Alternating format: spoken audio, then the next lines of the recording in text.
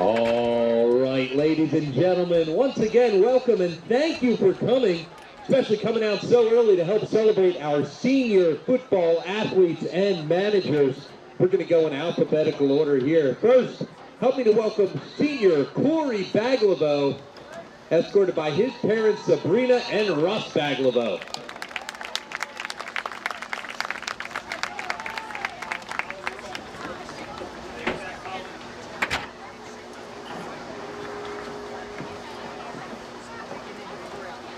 Next, help me to welcome manager Sophia Belbin,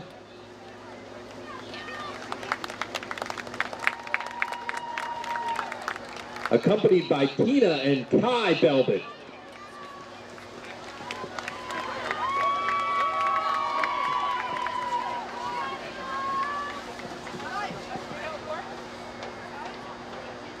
Next, help me to welcome senior Jabril Barksdale.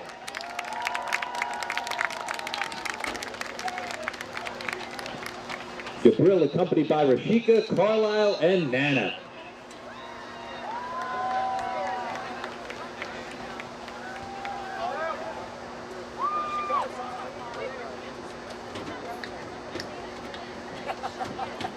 Next, let's hear it from Mr. William Bilodeau.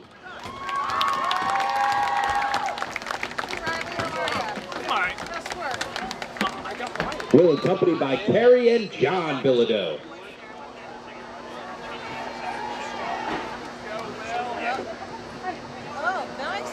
Next up, help me welcome Mr. Brady Clark.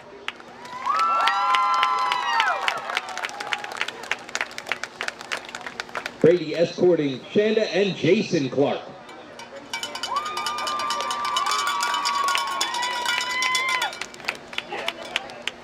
Our next senior, Mr. David Davis.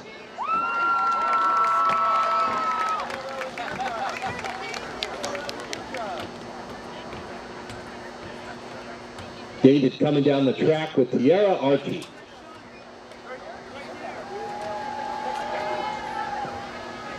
Our next senior football athlete, Mr. Andre English.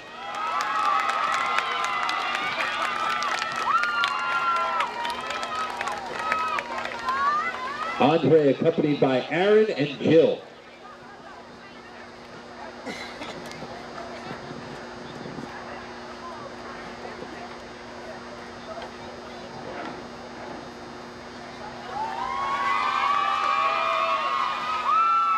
Next, we have senior Gregory Honeycutt.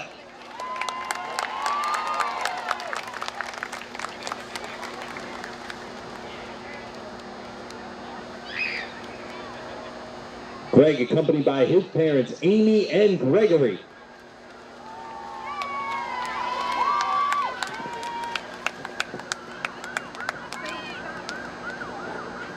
Our next senior, help me welcome Mr. Lawrence Howard.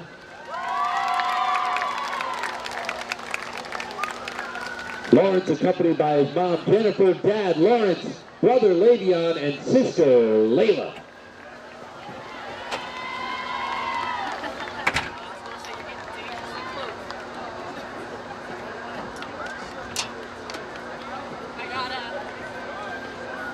Our next senior, Mr. Sean Kennedy.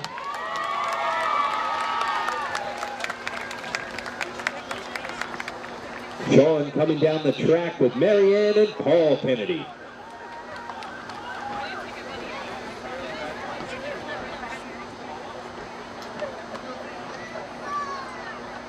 Next, senior athlete Luke Laxton.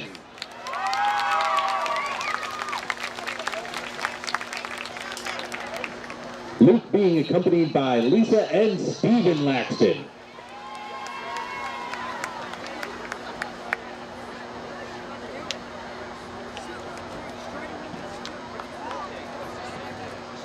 Next up, senior and part of tonight's homecoming court, Benjamin Marafa.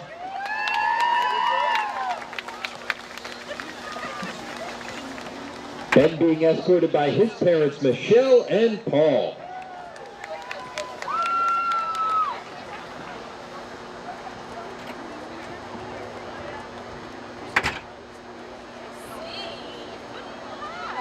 Our next senior athlete, Tyrone Odin.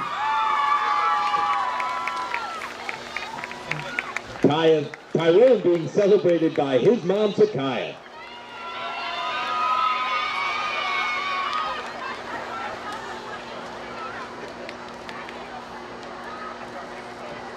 Our next senior athlete and another member of our homecoming court, Mr. Cade Sabo.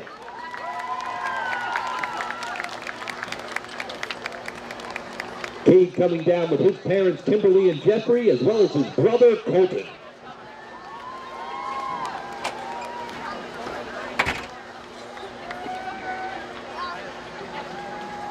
Next, let's hear it for Alexander Swatansky.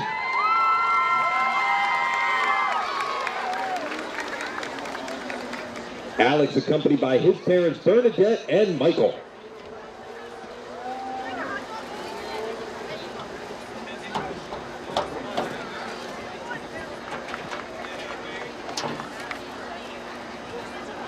Next, help me to welcome Mr. Jonathan Trexler.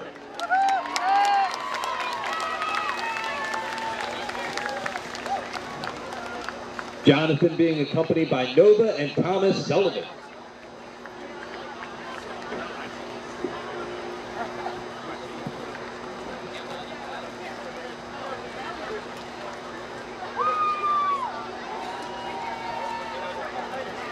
Next, let's give it up for Mr. Ramir Vaughn.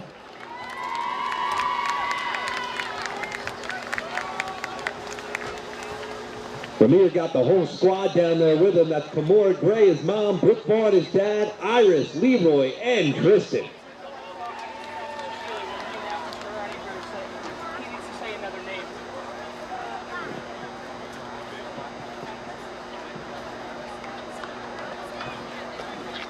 And last, but absolutely certainly not least, let's hear it for our other senior football manager, Miss Jenica Zanes.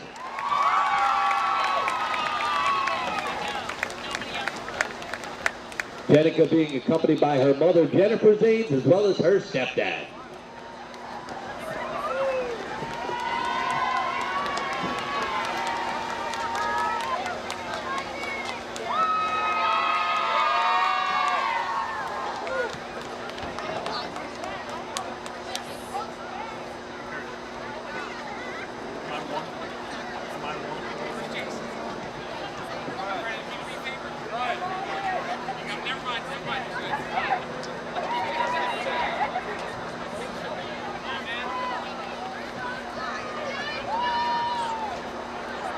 On behalf of Coach Morrell and all of the West Deptford High School and West Deptford School District administration, we would like to thank our senior athletes and their families for all of their support and commitment to the West Deptford High School football program. Our success is your success, and we are so appreciative of everything you do for the program. Ladies and gentlemen, let's have one big round of applause for our West Deptford High School football seniors and their families.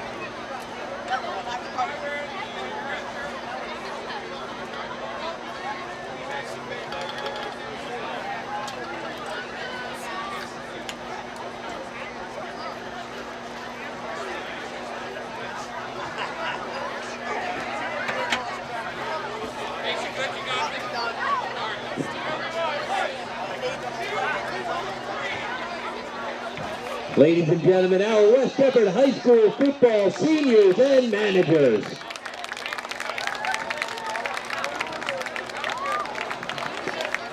We let the guys go back and get set.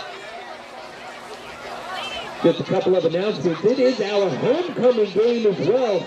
We will introduce the ladies of our homecoming court at halftime, and we will crown a queen here tonight. Lot going on. Hope you were able to make it to the cookout and bonfire put on by the sophomore class.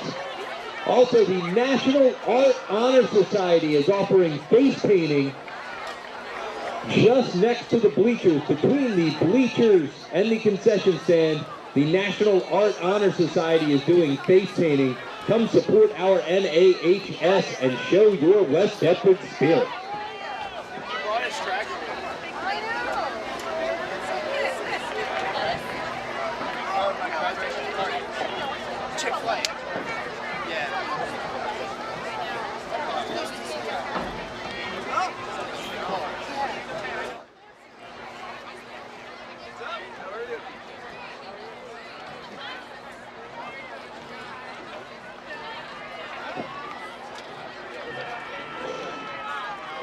All right, welcome West Deptford sports fans to tonight's Friday night contest. Our West Deptford Eagles taking on the Haddon Heights Garnets in what's going to be a pretty key matchup for playoffs, possibly, and of course, if winning, playoff seeding. I'm Pat Vilari here with Coach Mark Dixon. So, Coach, what are we looking at here with the Garnets tonight? You know, they're a good team. They have some speed, a lot of speed on the outside. The quarterback can throw the ball. He's very good at throwing the ball. I think with them, we really have to try to control that big playability that they have and come up and make some tackles, everything. I think on the line of scrimmage in the trenches, I think we have the advantage there. We just can't let them, again, throw the ball outside or down the field and take advantage of that speed that they have. Yeah, so quarterback for Haddon Heights is Andrew Harris. He's coming in with 907 yards passing total this year and 9 touchdowns, 4 interceptions. And for Haddon Heights, coming in with a record of 4-3. I guess their best win's probably at Pensgrove. I mean, they beat Pensgrove, Kip Academy. I'm not really sure about them. I've seen the film, and granted, you can't say any win's a bad win. Right. But Pensgrove is having kind of a down year this year. Yeah. They have a couple wins there over some decent teams and everything. And they just played Audubon last week, and Audubon is on the upswing right now too. So they lost to Audubon. It's hard to gauge them where they're at and everything. But same thing. We've played some tough teams and we've lost some tough games. So hopefully, it's a good matchup right now. All right. So starting running back for Haddon Heights is going to be number 3, Arion Bunch, 247 yards for the season. Receiving yards is Matt Ayuvara. I apologize for pronouncing the name incorrectly, with 379 yards receiving. Now, on the West Deptford side, of course, arguably their best win of the season last week against the Salem Rams. Yeah, I mean, a big win for the team right there. We had a little bit of difficulty moving the ball around, moving the ball down the field offensively. Did a great job defensively. Again, stopping their big playability, just like we had to do tonight. And, when you have somebody like Brady Clark on the sideline and come out and kick some field goals for you, that's big. And it was a huge win over a very good program. Yeah, and they were able to move the ball enough, to move the chains enough. And, again, with Brady Clark, the punter that he is, pinned them back quite a bit. So West Deptford was able to win the field position battle and get those 6 points off of field goals. So, again, tonight, I mean, this has been the blueprint all season for West Deptford. Again, it's going to be ground control. So Coach Morrell talking about execution again. Yeah, with Haddon Heights being a mostly spread offense, passing offense, the big playability, the more we control the ball, the better it's going to be. If Haddon Heights is looking at the blueprint of other teams that played against us, then they're going to have the box, the line of scrimmage is going to be crowded with people. So we have to be ready to take advantage of what they're giving us. And all week long, Coach Morrell's put in a couple of new plays, a couple different things just to get the ball, for Corey to get the ball to the outside or over top of somebody, nothing huge, but just enough that, hey, if we take advantage of it, it's going to be good for us, and they will have to loosen up cover those things, and then we can go with our ball control game. And of course, for West Effort, the success they've had over the last 22 years has been because of the success on the ground game. Now, their best years, of course, is when they had that pass option. So Corey Bagavo coming in has done a great job this year, just running the offense. He's passed for 230 yards. Tough kid, good decision maker. Yes. And we began to see last week a little bit more offense, just quick little outs, looking to get it to the ball into the backs a little bit quicker on the outside. Yeah, one of our deficiencies as a team is a lack of speed. Mm-hmm. So even if you're going to try to run patterns, you've got to gain separation. And if teams are able to put 9 people into the box and lock man-to-man onto your wide out and your tight end, and if you can't beat that man-to-man, then you're in trouble. So all week long, we're working on just getting the ball out to the flats real quickly and just getting away from that, that bunch of people on the line of scrimmage, as well as, we did a lot of work on running patterns this week and using the ability to stick the foot in the ground and a sharp cut. If you just get that yard of separation, that's enough just to get, you maybe not breaking something long, but you're at least getting that 5-yard pass, and that's going to make the other team have to loosen up and spread themselves out. And so, of course, execution and timing is going to be crucial to that, right? When the guy makes the break, the ball is going to have to be out. Right. And again, so that's all contingent on the line holding their blocks there and giving Corey. I mean, it's not you don't need a lot of time, but you still need time. You can't have people in your face, and and Corey does a good job of ducking out of the way and getting ready to go. So hopefully we hold off like that. And so for West Effort, David Davis has been out. He didn't play last week. Lawrence Howard is now leading West Effort in total yardage for the year with 351 yards. We've got Smitansky still at fullback. Good, tough running inside the tackles. Yeah, I mean, anytime Ski gets the ball, he's going to, you're going to get kind of positive yards. Even if he gets 1 yard, he's going to fall forward for those yards. Losing David is a bit of a hindrance there. He has some kind of kidney problem or something, and so he can't. So he's not allowed to play any longer. We lose that. But Kate Sabo has a good little runner. He hasn't been with the program for the last 2 years or so, but he's come back in. He's doing a nice job. He's got some decent speed, and he runs hard. So hopefully with Lawrence and Ski in the backfield with Cade, we're able to move the ball and somewhat efficiently. And they had some success, of course, with design runs for quarterback also. Yeah, and we've also been working some plays in for Faison Graham. So freshman, a young freshman kid who has some speed, and he has very good balance, hard to bring down, and he's got some nice acceleration too. All right, so now back on the West Effort defensive side, again, just an excellent game last week. Salem's starting quarterback, who was highly recognized, great player, didn't play last week. Backup came in, still very quick, shifty, but West Effort did a really good job of following him up. Yeah, it didn't give him a lot of time and opportunity to stand there and just watch that. He had success or some success with the short little bubble screens and everything. That's what they use a lot as a running game. Again, in the beginning, he had a little bit of trouble with just the short stop patterns and everything. He overthrew a couple balls, so their coaching staff went away from it and started going to the running game. So, kind of came into our kind of game and everything. And then when they did try to go deep, Corey Bagley did a great job back there at safety and had an interception and did a nice job. Yeah, he did a good job getting pressure on the quarterback, too. Ty had a couple sacks, I believe, last week, at least one. And Jabril Barksdale all year, leading the team in sacks with 5, was able to get at least some pressures on the quarterback last week. Right. I mean, with a new quarterback like that stepping in, I believe that he was a sophomore as well. I mean, he played quarterback before, and he was their backup. But, I mean, you're walking into a big-time game under the lights, your first start of the year at quarterback, and, if the other team isn't letting you stand there and just, take your time to settle in, it can be a little hairy. So, our defense did a good job of creating some confusion for him.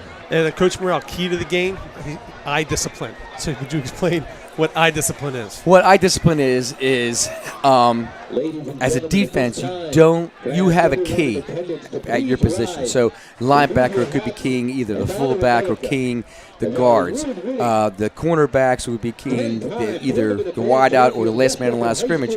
And if you read your key, then it basically can tell you what the play is. It's going to be a running play or pass. If you're watching a tight end, the tight end's blocking down, right away you know it's run and you're ready to come up. If he starts to release, you know it's pass. The problem is young kids, they like to look into the backfield, and in the backfield there's always that motion all over the place, and if you're not, you're going to watch that, you're going to get confused. All right, so we're going to take a break here for the playing of the national anthem by our award-winning band.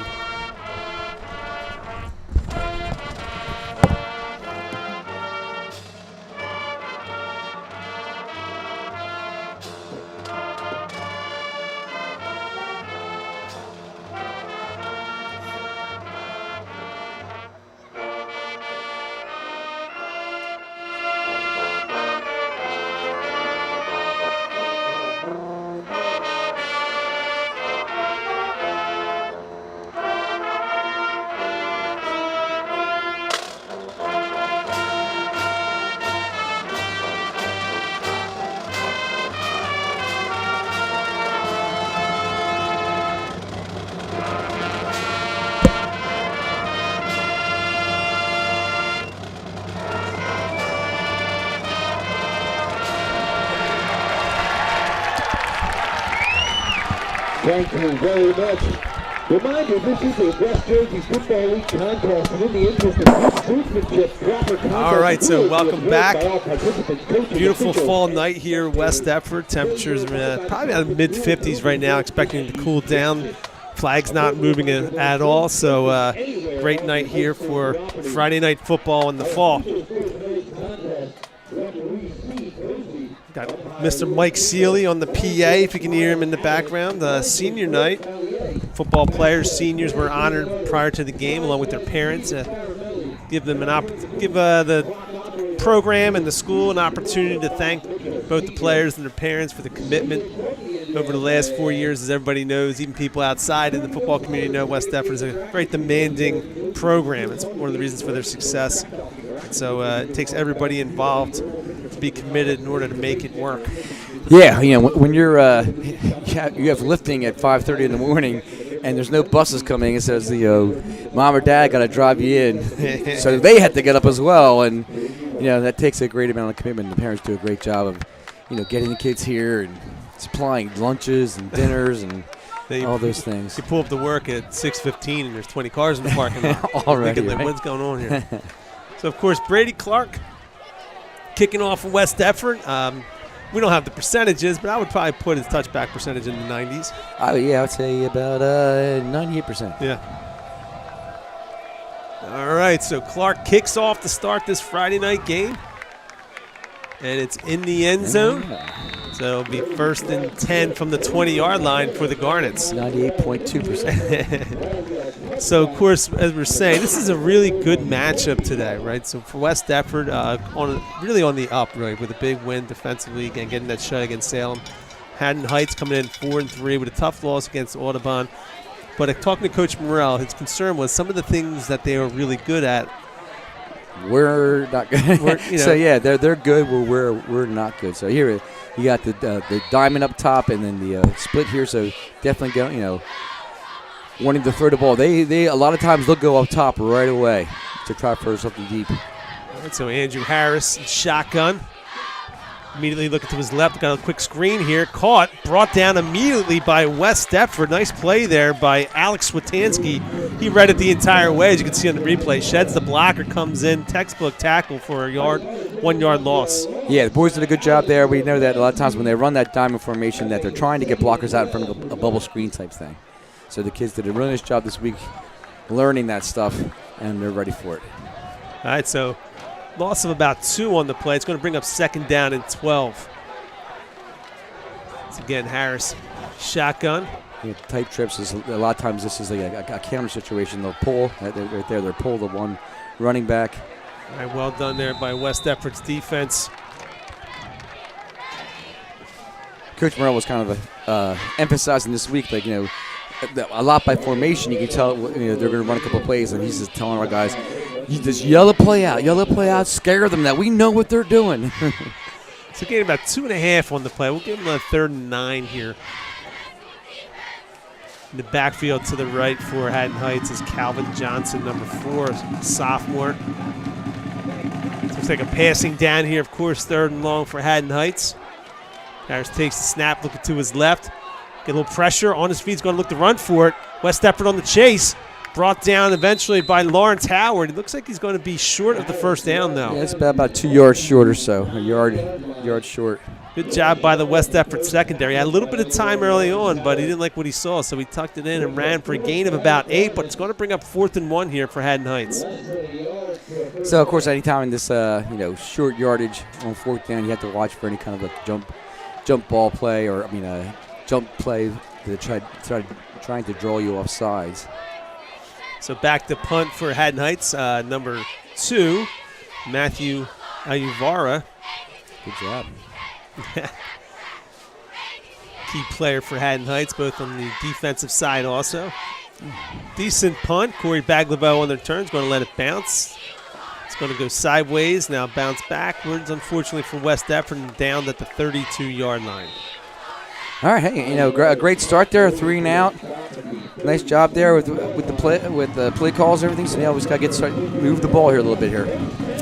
So for West Deptford over the years, we tend to let the ball bounce on punts. Is that part coached or is that? No, it is not coached. You have to be confident back there, and. Corey can catch the ball. He's a good baseball player. Good athlete, for sure. And but I think sometimes you're trying to make the good decision. Like I don't want to take a chance here, and but that's why being a punt returner is a tough job. You got to get in there, and people come running right at you. You have to be ready to catch the ball. All right, so back to the under center. Howard in motion. Hands it off to Switansky. Cuts back inside, still on his feet. Pushing forward to about the 38-yard line. Good first down yardage there for West Deptford. Yeah, I think it's watching film this week, basically it's up front in the trenches, I think we had the advantage there.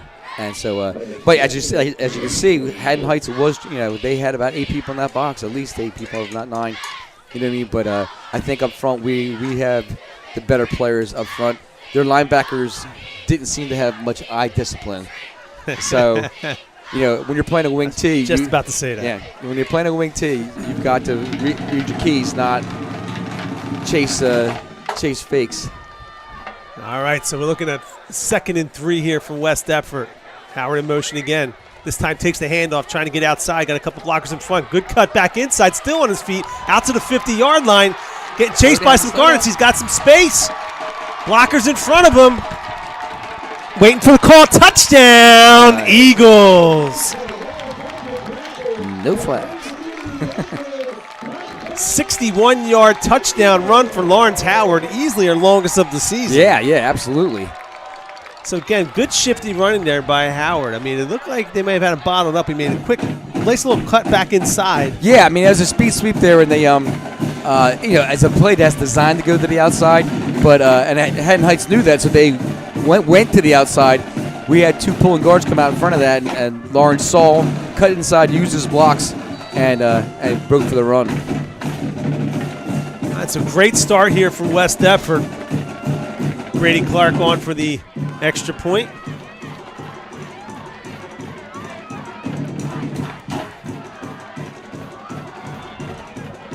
Kick has the distance. And kick is good. So for West Deptford here on senior night, what a way to start the game. Get the 3 and out. Second play from scrimmage, 61-yard touchdown. Yeah, nice way to start it out. Again, like you said, that was our longest run of the season there. I was worried that Lawrence was going to get caught by that big lineman, chase him down the field. Yeah. Of course, the band playing Fly, Eagles Fly. Didn't hear that one last week, and that would have been a good stat. When's the last time the West Deptford Eagles won a football game when the band did not play Fly, Eagles Fly? I mean, the answer would probably be when it was raining out, right? That's right. A trick question. That's right. All right, but great start. Coach Morrell there at the 40-yard line. Got the bucket hat on and the West Deptford with a pullover, right? Loves that West Deptford pullover. Oh, yeah, that's it. Yeah. That's an old one. That's one that Coach Folsom actually got us back in, I think, 1996 or something like that. Hey, it still Mine fits. has moth holes in it in the closet. All right, so West Deptford set to kick off here. Got 8:41 remaining. Again, So, okay. Looking across, got a good student section there for Haddon Heights on a Friday night. Actually, much better than most road teams. Yeah. Impressive student section.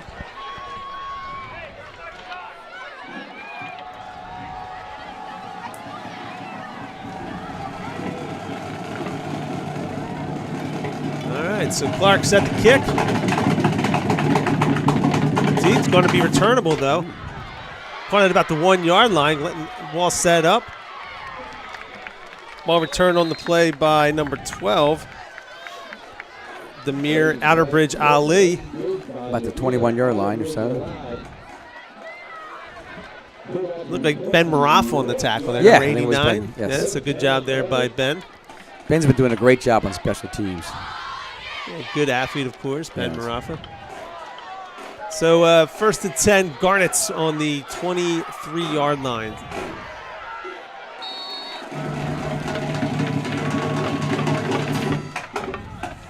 Shotgun, of course.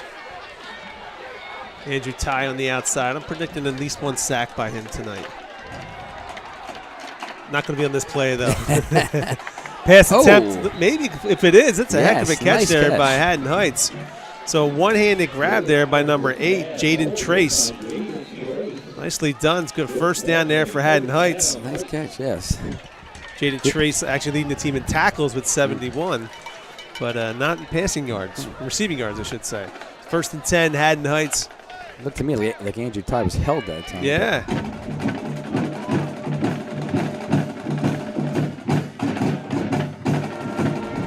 Rolling to his right. Looking for some space, going to keep it. Well done by West Effort's defense. There was Andrew Ty. See, I was one play ahead. Andrew Ty there. And it's a loss of a yard, so it counts as a sack. See, I could feel it. My timing was off. Good call. You know, I was a little worried about him. You know, in our pep ride today, we had a heck of a tug of war between the juniors and seniors. Yes. I mean, it lasted for, it was a couple minutes. Yeah, it was a good minute and a half, 2 minutes. That's a heck of a long time for a tug of war. Yeah, Ty was the lead man for the juniors, and he got some early progress, but in the end, the seniors ended up winning. So, 2nd and 10 now. He had Amir Vaughn on the backside. Yeah. Quick pass out wide, complete. A lot of space out there. Brought down right after the catch, not too much yards after the catch here. That's Matthew Ayuvar with the catch. So that's going to gain about, let's say 6 here. It's going to be 3rd down and 4 here for Haddon Heights. Yeah, I think took advantage of the big cushion that was given to them out there. You know, we're able to see that person, that quarterback start to bring that arm up. You got to break up as that corner. Yeah, solid arm there too by Andrew Harris. He can throw the ball. He's a very good quarterback. All right, so 3rd down and let's say 4.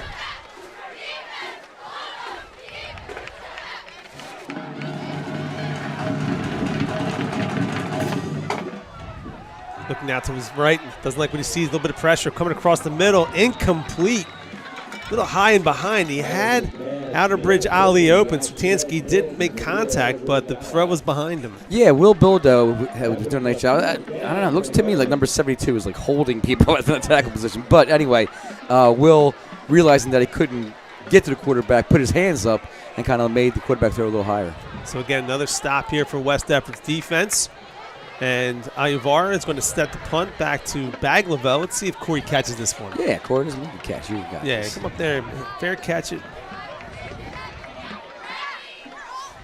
Good snap. Wobbly punt here. There you go. There's the fair catch at about the 28-yard line. I mean, visibly, I am a play ahead right now. Yeah, you are. All right, so 1st and 10, West Effort from the 28. So, again, great start here for the Eagles on senior night, up 7-0. Scored off the second play on a 61-yard run by Lawrence Howard. So, save and keep this going here. Yeah, just continue going.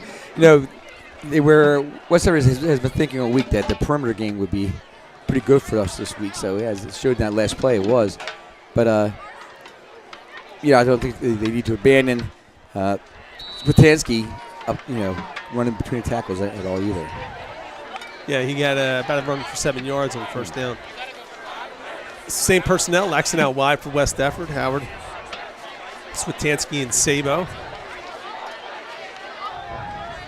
Handoff, Switanski met immediately at the line of scrimmage. Haddon Heights looking ready for that one. It's going to lose a couple on this one. Nice play there by number 66, Rocco Ferroni. That's a good football name right there. Yeah, Rocco Ferroni. Yo, Rocco. Garnets, of course, got the garnets across the helmet there. Have they always had that? I don't remember. They've had it. I've seen it where they've had it, like the actual gemstone on their helmet. Yeah. Then they've had like little devils on their helmets before, and I think it's just tough to figure out what the garnet is. I mean, when you choose a rock as your mascot. Quick pitch out wide. Switanski got a blocker in front of him. Brought down. Nice play there by number 28. Switanski's going to gain a few, but Kenai Golden on the tackle. So yeah, he did a nice job getting off the block of Sabo and getting the hold of Switanski. It's bring up 3rd and 6 for the Eagles. Axton bringing the play in. I mean, I always wonder, I should look this up, but the connection between the Haddon Heights and the Garnet. Is there any connection, or they just grab a stone? I don't know. I've never, I've been around this for 37 years, and no, I just why the stone? I don't understand. Sabo in motion.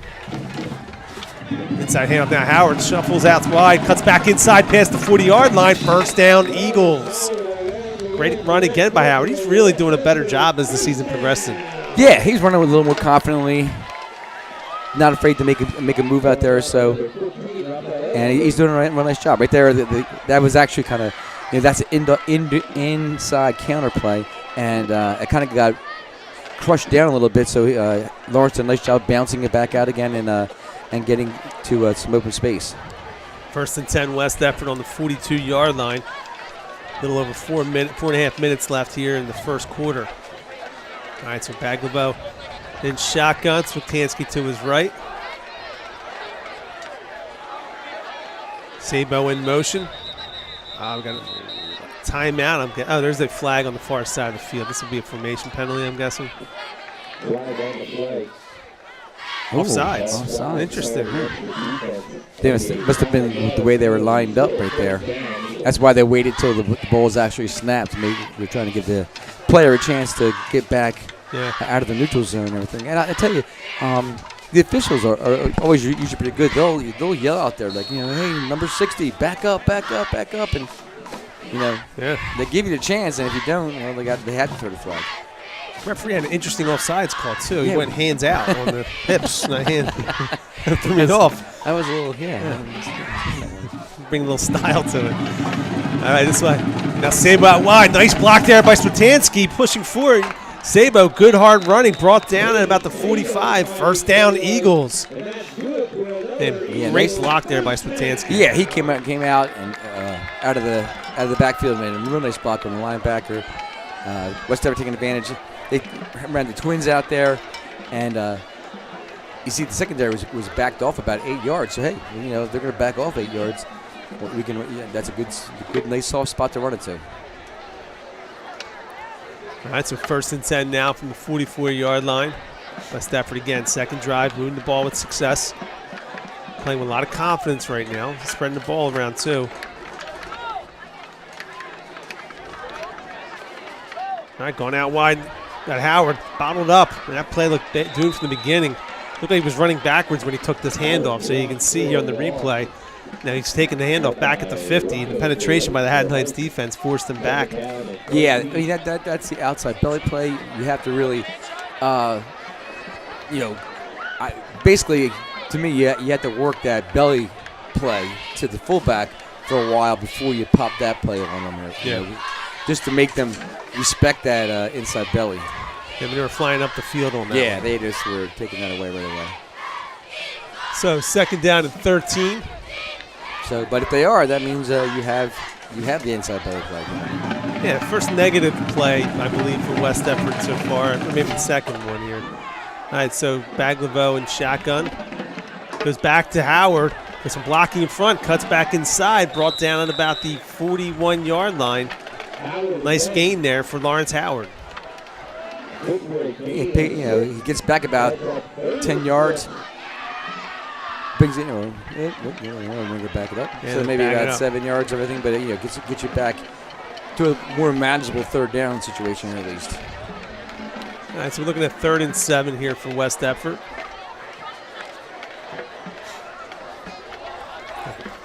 Bilodeau out wide for West Deptford. All right, so Bagler under center.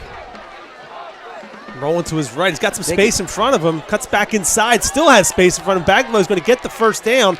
Still on his feet. Brought down at about the 31-yard line. So well done there by West Deptford. Double team pancake block there out wide. Cuts back inside.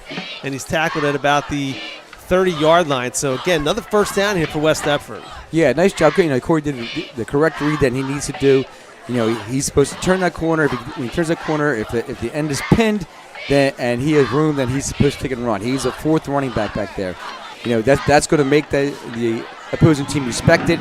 They're going to come up, and then that's when you're going to have the pass open behind it. 1st and 10 West Deptford now from the 30-yard line. Minute 26 remaining in the first quarter. If they're going to give you 10 yards, you take 10 yards.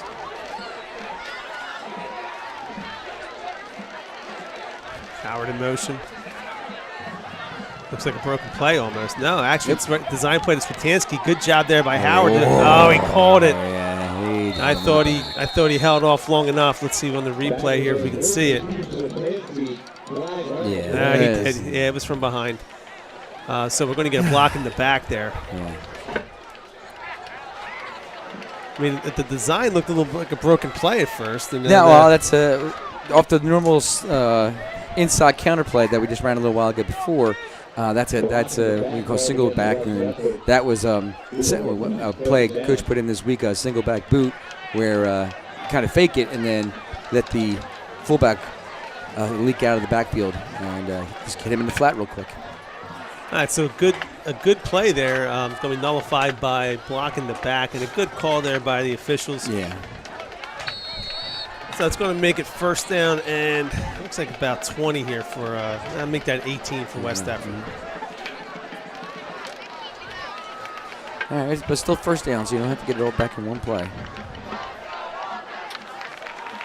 Spatansky and Howard in the backfield.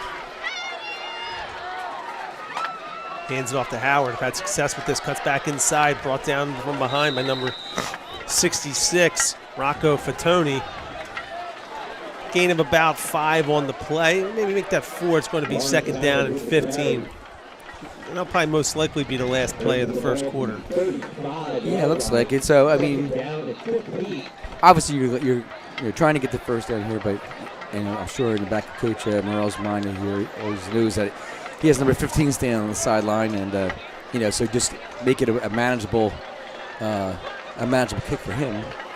Right from that spot there, that would be 40, 30, 35, 45, 47. 47. All right, so that's the horn. I'm not sure what the siren. The siren. We have a scoreboard siren to end the first quarter. West Deptford with an impressive quarter, up 7-0, and again driving. Yeah, moving the ball well, doing a real nice job defensively. So just got to keep that going, and keep that momentum going with them right now. So a quick sports update here for West Deptford. Boys soccer had a good week. Yeah, beat Cherokee, correct? Yeah, had coaches cup. Made it to the semifinals. Lost a tough game to Haddon Township yesterday. 3-2. Tough place to play over Haddon Township. Small field. They have a definite home field advantage, believe it or not. Really? So, yeah, it's like 60. It's one of the smallest fields probably in South Jersey. Yeah. So was that allowed? I mean, you could kind of make your own dimensions. Or? I believe there's a minimum and a maximum. Oh, really? Because again, with size, it's Yeah. So, but it did beat Kingsway, which is an impressive win. Beat Cherokee, was number 1 in South Jersey. Yeah, kind of amazing when you sit there and beat 2 Group 5 schools and then come back and lose to a Group 1 school. Yeah. Well, I mean, I believe they may have won the state championship last year. Group 1. They're always in the running. And girls soccer with a big win Tuesday, beating Haddon Township 2-1. And on Wednesday, the Haddon Heights field hockey team defeated Haddon Heights 4-2. So. Nice. So a good week so far for the West Deptford sports. Hopefully the football team here can cap it off. Baglivo fakes the handoff, looking to his right. He's got Howard open underneath. Waits a little bit. See if he was in bounds here. Referee still hasn't signaled. Okay. Out of bounds. Yeah, I mean, Lawrence was open early on there. I don't know if Corey did have a chance to get, to see it, or, but it just kind of it took a little too long, and Lawrence was on the sideline already. Yeah, so by the time the pass was delivered, he was already out of bounds or near the sideline. Yeah. We got a nice close-up shot there by our cameraman. So we're looking at 3rd and 15. Laxton now running the play in the Baglivo. So what do you think here, 3rd and 15? I don't know. I am. If it's me, it's not me though. But it's me. I think I'm running a play that's going to make this a more manageable field goal for Brady. All right, so let's see here. We're at a 35. About what, a 40. This would be a long field goal. Yeah. Right, so you want to try to gain some yards here. Here's the run to Howard again to the left. Cuts back upfield, out of bounds at about the 20. Waiting for the spy here. So now we're looking at a manageable here. We're about the 30-yard. We're going to look at about a 47-yarder here. Ooh. Okay. Actually, 40. Wow. So 49-yarder. What's the school record? 45 yards is the school record. All right. So this would, if put it in the record unofficially. Oh, this would officially. Okay, so Dixon, I know exactly. I was at the game. Could Dixon would know, and so I was playing in the game when they kicked that field goal. For the school record, Brady Clark, good snap. Let's see if he's got the distance. It's going to go to the left. No good. Good attempt there. Looked like a little bit short also. I'm not sure it had the height. But that was a 49-yarder if my math was correct. So that's a difficult field goal. That's a difficult one, absolutely. Again, sometimes with this field goal, watching Brady, he tries to place the field goal where, especially with something that distance, he's just got to kick it away. Just let it rip and, hope for the best. Yeah, hope for the best. All right, so outside of that, a good drive from West Deptford. They took a lot of field back, burned some clock, kept Haddon Heights off the field. And it was that, again, a negative plays where you have the block in the back and, which was a definite call. And, that'll put you behind the sticks. I'm not exactly sure. I didn't see any flags, but they are at the 20. Is that a high school rule if you missed me? All right. I thought it was where but okay. I mean, you don't see 49-yard field goal attempts. Yeah, right. Game, so it's almost like, hey, why not attempt it? Yeah. All right, so inside handoff, met at the line of scrimmage. Like Barksdale eventually finished them off. Yeah. So good hard hit here. So Mr. Contact by Google spins right into Barksdale, finishes him off. So a gain of about 3 on the play. It's going to bring up 2nd down and 7. Sean Kennedy back into the game. And again, West Deptford defense has been really stout this year, particularly against the run. Yeah, oh, absolutely, yeah. All right, so 2nd down and 7.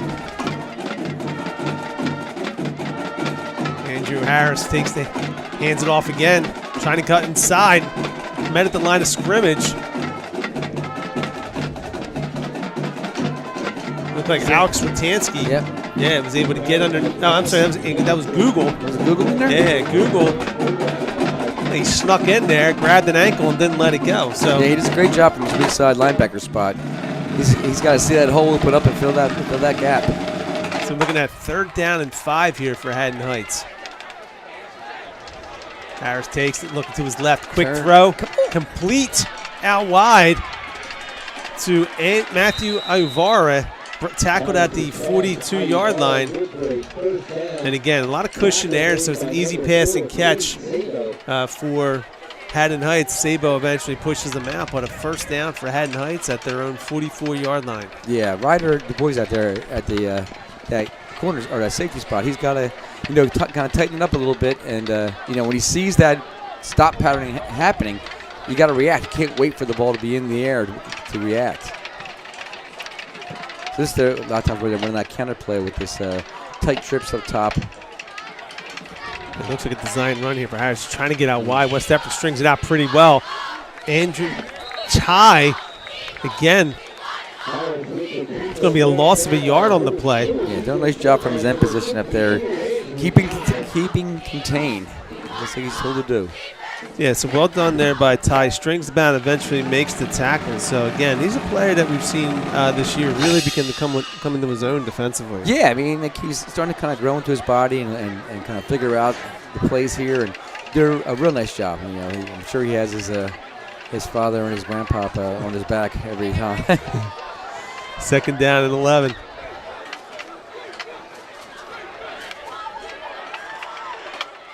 Harris looking back. Barksdale getting held. Pass incomplete. Harris's pass incomplete. Brings up 3rd and 11. So again, 1st down negative play. 2nd down now. Incompletion. Incomplete. Now we're looking at 3rd and 11. Yeah, I mean, there was some pressure on him, but I think he had a little too much time sitting there. Basically, West Jefferson just trying to go with the 4-man rush. You know, you think maybe soon they might send the linebacker in there with it just to kind of, you know, create a little more havoc.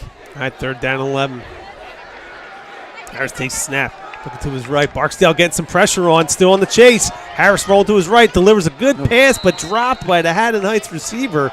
So a great job there by Andrew Harris to escape the trouble. And again, Barksdale, you can see putting the pressure on. Delivers a nice pass along the sideline. Incomplete. 4th down now. Haddon Heights is going to have to punt. Yeah, real nice job of putting some pressure on him, making him run. It looked like a really good pass there. That's the thing. The one thing we've seen watching film of Haddon Heights is that they do have some speed. They can get downfield and make some catches, but they're not really as consistent as some of the teams like Campton or so, where they were making tough catches look easy. All right, so Vilari set for his 3rd punt of the game, and Corey Baglabo on the return. Good snap. Wobbly punt forward. Going to take a Haddon Heights bounce. Continue to bounce and be down at about the 17-yard line. So 1st and 10 for the Eagles. Well, I mean, that last drive just illustrates, when you have that negative play, you have that penalty or something like that, that'll just halt a drive right there. And, Lawrence is doing a nice job tonight, but he should have realized that block was going to be basically impossible.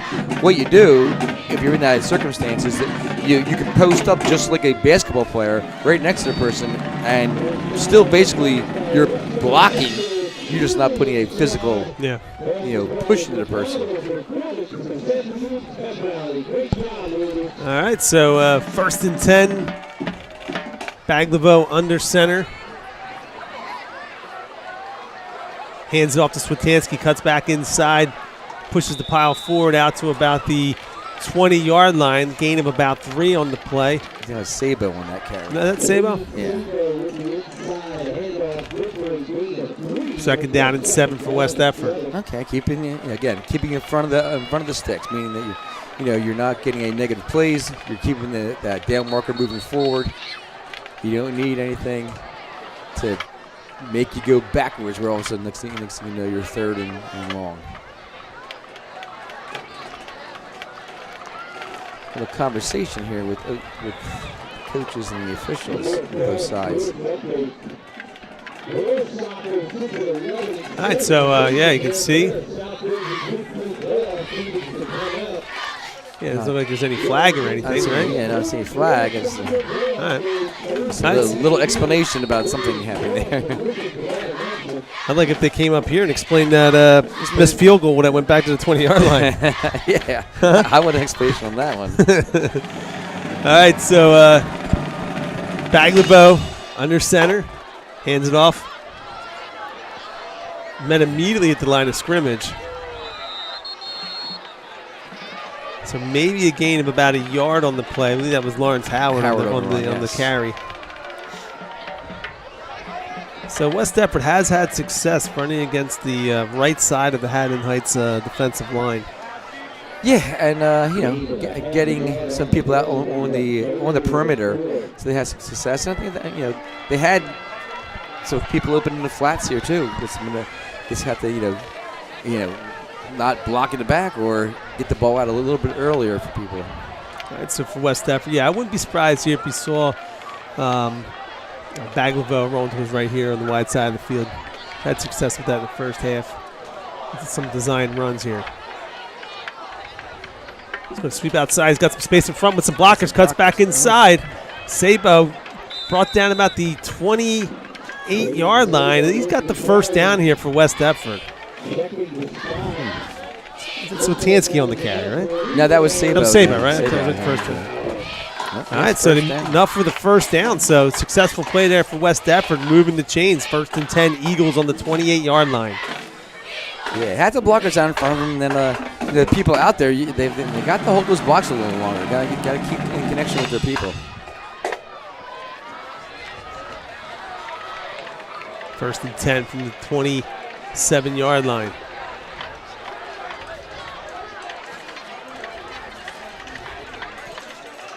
Howard out to the left, cuts back inside, squares the shoulders up, still moving forward, tackled at the 34-yard line. Good first down gain there for West Effort. Yeah, nice positive play again. Keeping yourself in front of the sticks now. A 2nd and about 4. It gives you a whole, the whole playbook to figure out what you're going to do. Baglivo's got the play. Again, West Effort, we've talked about this each week. They don't play at a very fast pace. They're not rushing plays in like some of the teams we've seen so far. They take their time. No, well, definitely, trying to control the clock, especially when you have a team running, a spread offense and have explosive players and a good quarterback. The more the ball's not in their hands, the better it is for you. Can't score without the ball. That's right. Sabo in motion. Pitch out to Swetansky. Good block there by Howard, but they're going to get him on a crackback, I think. Now, back in your day, Coach Dixon, that was a good block. That was a total. I got a sticker on my helmet for that block. Today you get a 15-yarder.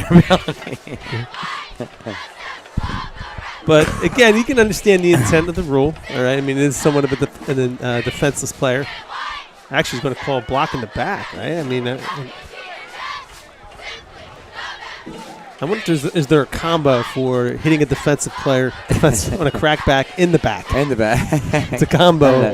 Yeah, two things. I don't know. Sometimes that the intent of that of the defensive player role. Like, am I supposed to yell at the guy because he's not paying attention that I'm coming at him? Sometimes that's the intent of the play. Is I'm trying to have this person looking with not using his eye discipline and looking in the wrong direction, and it makes an easy block for me.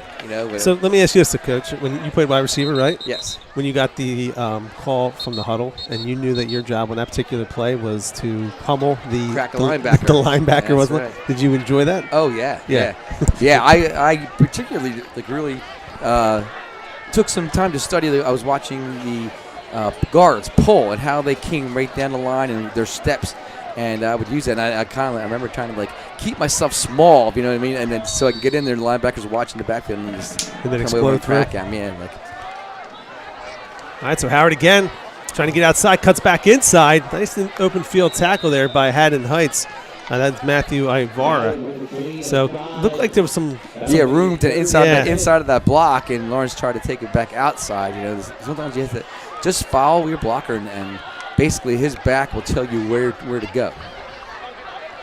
It's going to be 3rd down and 10 here. And again, penalties are really going to stall this drive out. West Effort is not a 3rd and long team. No.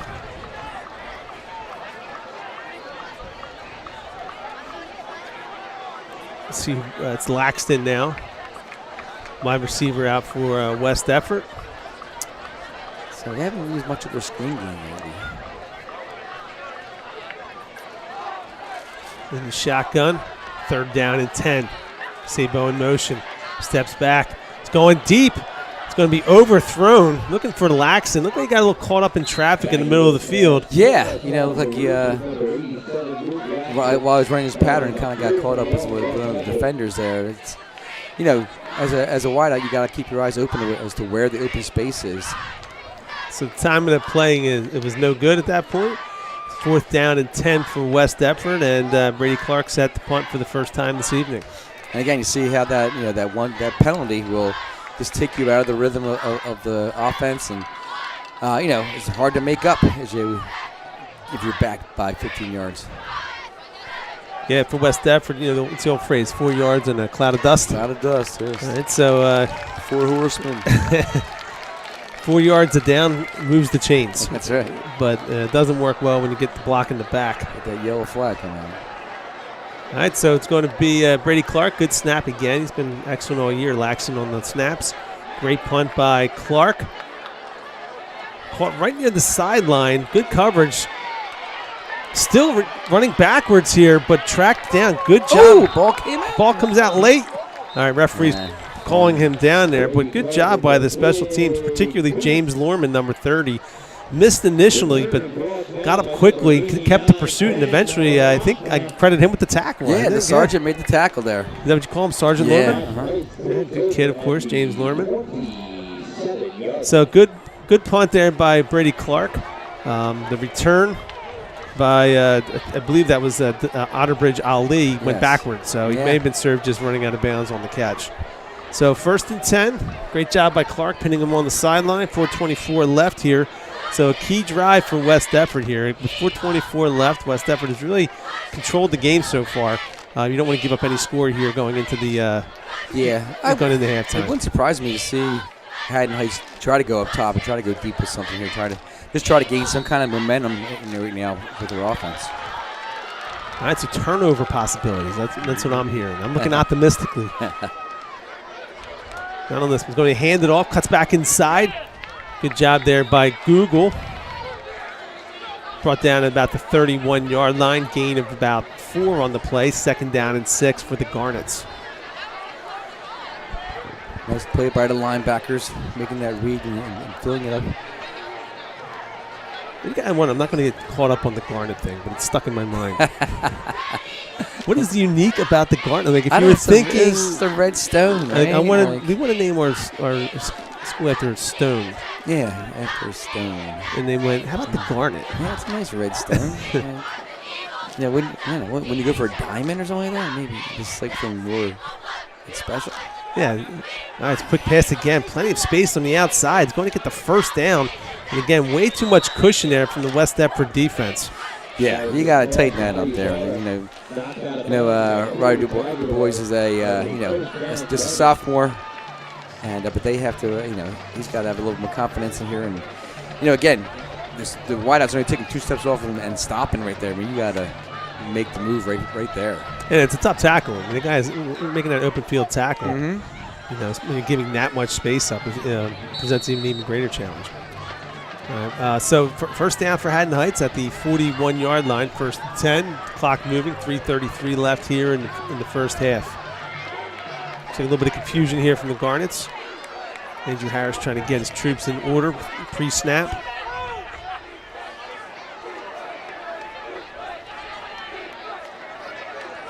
Going to keep it this time. Good job by the West Deptford defense. Great pursuit there. And guess who? Andrew Ty. Well done. And again, it was really great effort by the team there. I believe it was Ratcliffe who pushed the defense back a little bit and froze and allowed Ty to pursuit from the backside and makes a real hard-hit tackle for a loss of about 2 on the play. 2nd down and 12.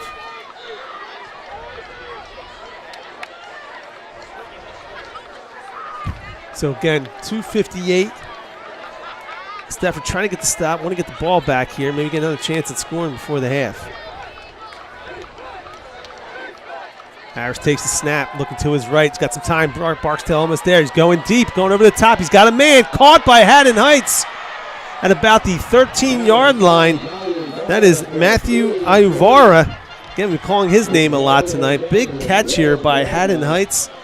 It's going to be, and you called it, Coach Dixon. You said, I'm worried about something over the top here.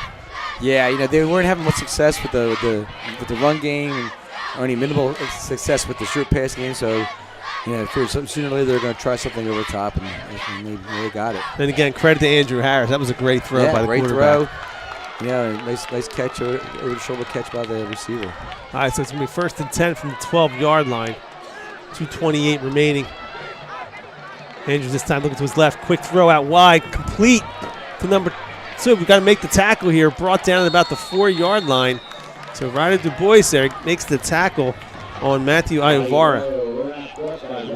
So it looked like Heights there sees the one-on-one coverage, just gets the ball in his hand and see if he can make a play. Yeah, I mean, he's having some success over there, just taking that large cushion that he's being given and gaining some yardage.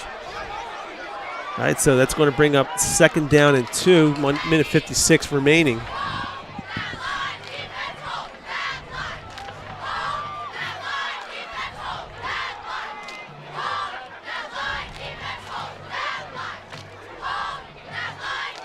Quarterback going to keep it here.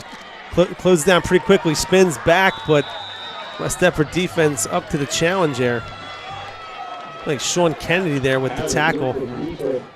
Oh, gains in the 1st down, though, so it'll be 1st down inside the 3-yard line. Yeah, it's going to be 1st and goal from the 2 here with 1:32 remaining. So Haddon Heights doing 2 things here. About to score and at the same time killing the clock. Not going to give West Deptford a chance. So for West Deptford here, you want to see a negative play. Yeah, I mean, you got to make some penetration. You got to tighten up this defense here. Coverage, you can't just give up the goal line here in coverage. Andrew's going to keep it this time. West Deptford there, breaks the tackle, still there. Well done there by Alex Witansky. Very patient, making a tackle in the backfield. So he comes in completely unblocked. 2 men there. So Baglivo gets the initial contact, slows him down, and it's Witansky there to clean it up. So really 2 guys unblocked by West Deptford. It's a nice call by Mr. Vilari there. We need the negative play. That's it. I'll give the defensive coordinator some more credit. I was just stating the obvious. All right, so Andrew Harris now. 2nd and goal. Looking to his left. Pressure again. Tied with the first initial pressure. Brought down by a number of West Deptford Eagles. Great defensive play. I believe it's Baglivo there with the sack. So again, Ty completely untouched. And then you see Baglivo and it looked like Switansky team up for the sack. So again, another negative play. So West Deptford's pushing him back here. So Haddon Heights call a timeout there to stop the clock. So again, it was on the 2-yard line. So they've lost 15 yards in 2 plays here.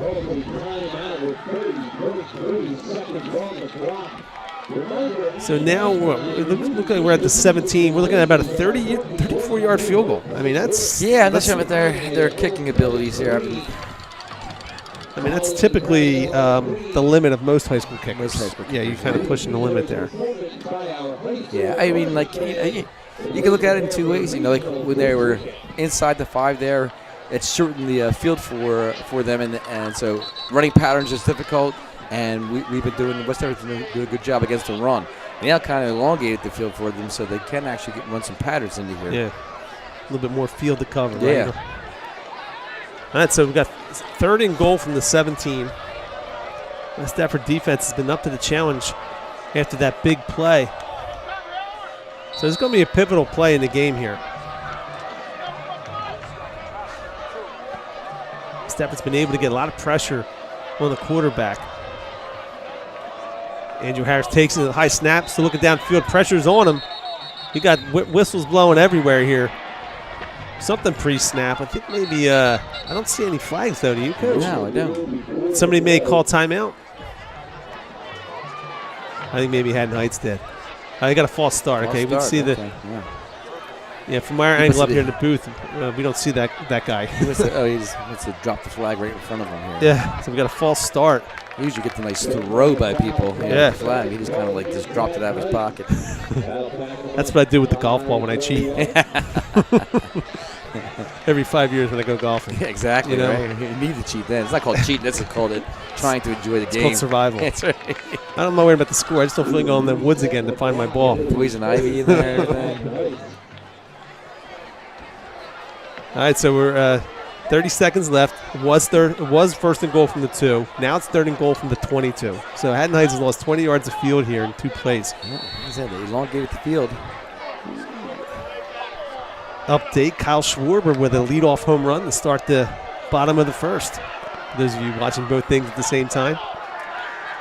Quick little screen pass, a little bit of space. Great effort there. Breaks the tackle, cleaned up on the play. Well done there by West Deptford. So it looked like Switansky had the quick read on it. Good job of avoiding the tackle. and eventually cleaned up by Ryder DuBois. So a good tackle there by DuBois. And it's going to bring up 4th and goal from about the 22. All right, so we got a timeout on the field. Yeah, you have a 4th down, so you got to make this stop here. Absolutely. I mean, obviously the play for Haddon Heights, if you have a kicker, is the field goal, right? This is going to be a low-scoring game. So if I'm the Heights, if I have a kicker, I'm taking my stab at it with. You're looking at a 32-yarder here. Yeah, I'm. 15 Like I yards. said, I'm just trying to think about their the film I've watched of them, and I haven't noticed their kicker. So if I haven't noticed him, I would probably say, he really hasn't been prevalent in any of the games here. All right, so I don't see anybody with a block. No, they're going for it this year. All right, so obviously, Harris is out there. Andrew Harris, quarterback, so they're going for it. So right now, 4th and goal, 20 seconds left here, 21 seconds left here in the first half. Question is, will they bring pressure again here? They've been pretty successful there, or I would drop back into coverage? I would bring pressure. Looks like they're going to drop back into coverage. Which is why I'm up here Exactly. talking about the game, not calling the game. Nope. All right, he's got a man open right up at the goal line. Oh, confusion. Oh, it looked like he was wide open. You could see number 8, like, what happened? He was throwing it to me. He saw the touchdown, and his own player took it out of his hands. Number 12, Demir Outerbridge Ali, honestly, should have caught that. And still should have had the catch. Yeah, he should have caught that and cut back inside. So a lucky break there for West Deptford. I mean, he catches that ball. That's a touchdown. Yeah, again, I mean, as a defensive back or defensive back coach, I mean, you teach your people, if you're at the end, you don't give up the end zone, which means like backpedaling. And so now you're in the end zone because all you have to do is put a ball in front of you, and it's a touchdown. So that coverage needs to be a lot tighter there and not give up that end zone spot there. They should know that. All right, so a mistake by the Haddon Heights is a huge break for West Deptford. So Coach Morrell more than content with 15 seconds left. Take a knee here, Vic, and take that 7-0 lead into halftime. Yeah, and getting the ball back for the at the beginning of the next half. So for the first half here at senior night, this looks like a West Deptford High School football game so far this season, right? It's been a great attack. If you get the feel of the game, West Deptford's been controlling the game really. Most of the game had a couple penalties that took you out of the rhythm. Yeah. It could easily have been, a couple more scores for West Deptford, but those penalties took you out of your rhythm. And all of a sudden, right at the end of the half there, again, we talked about in the pregame, Haddon Heights has some people that can go deep, and they're not afraid to throw the ball deep, and they connected on one, and that's what happens. That's probably over 50% of their total offense so far was that one. Yardage-wise, yes. All right, so it's halftime here at West Deptford. West Deptford holding a 7-0 lead off a 62-yard run by Lawrence Howard on their first possession, and they're going to take that lead in halftime and come back with the ball to start the second half. So we'll be back then. So go to the Phillies game, and we'll be back in about 15 minutes. You can watch the homecoming festivities here. Oh, they're going to be filmed live. I'm sorry, do not go to the Phillies game. You can watch your homecoming festivities. To introduce to you the ladies of our 2022 West Deptford High School homecoming court.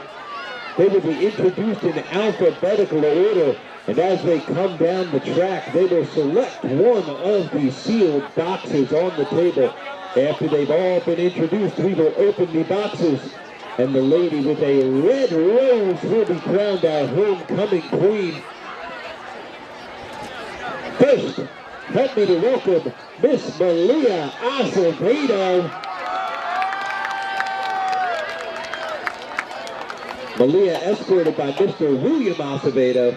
She is a 4-year varsity soccer player as well as the president of the National Art Honor Society. She is committed to play D2 soccer at the University of Mount Olive next fall.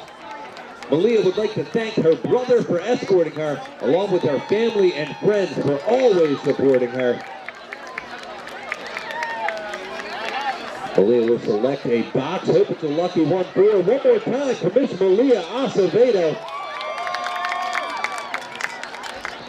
Next, help me to welcome Miss Gracie Brooklyn, escorted by Mr. James Brooklyn. Gracie is a member of the Student Council. She also participates in both the musical and the choir. She would like to thank her dad for escorting her tonight, as well as her family and friends for being here.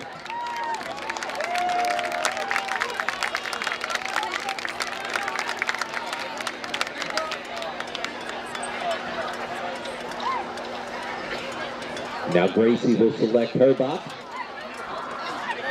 And we will welcome Miss Isabella DeCesar.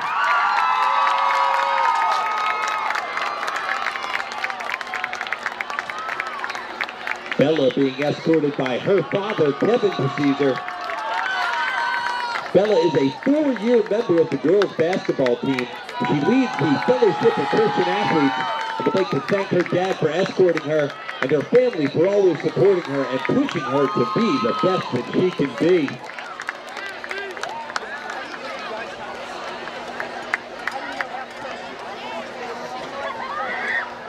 Bella makes her selection, and we will look down the track and welcome Miss J.C. Gismondi.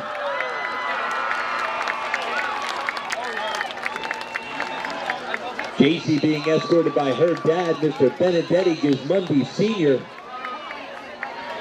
J.C. is a 4-year varsity soccer player, as well as a member of the lacrosse and winter track teams. She is the secretary for the class of 2023 and a member of the Renaissance and DECA clubs. She would like to thank her dad for escorting her tonight, as well as her family and friends for always being there for her.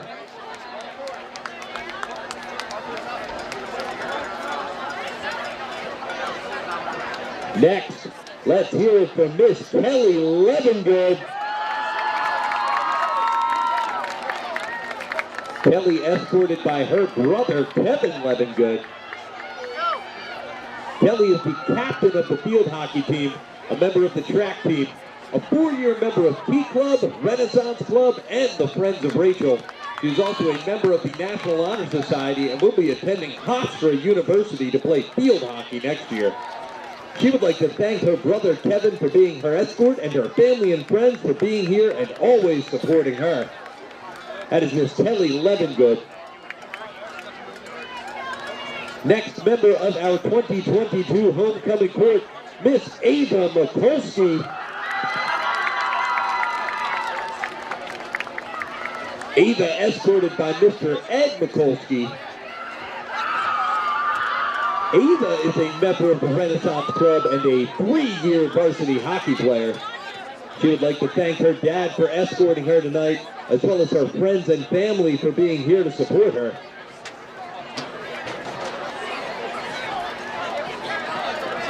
Ava will make her choice. Go get set up. Next, help me to welcome Miss Michaela Scarrato.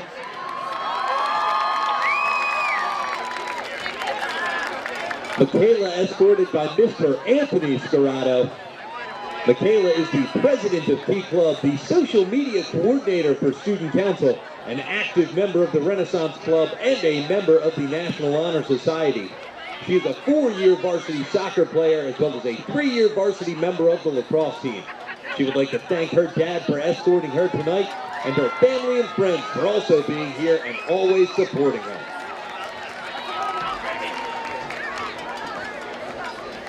And finally, Miss Lexi Yeager.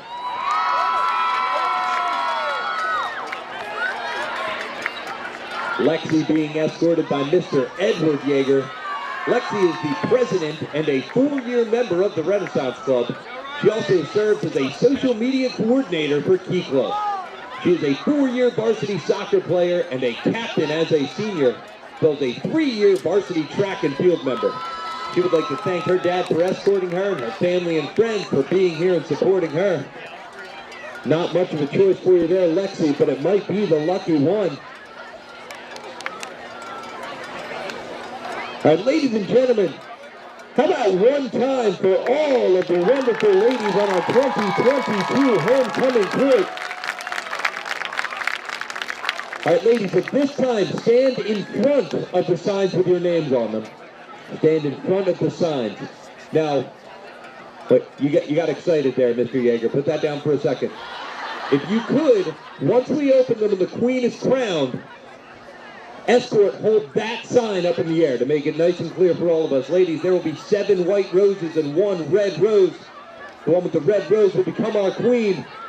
On the count of 3, let's open up those boxes. Everyone tonight, help me count them in. 1, 2, 3.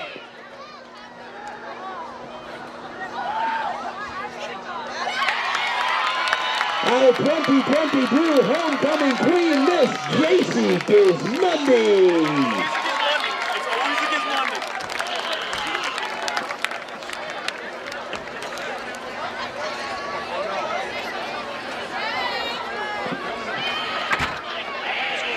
JC will receive her homecoming queen sash and tiara from our principal, Ms. Kelly Clark.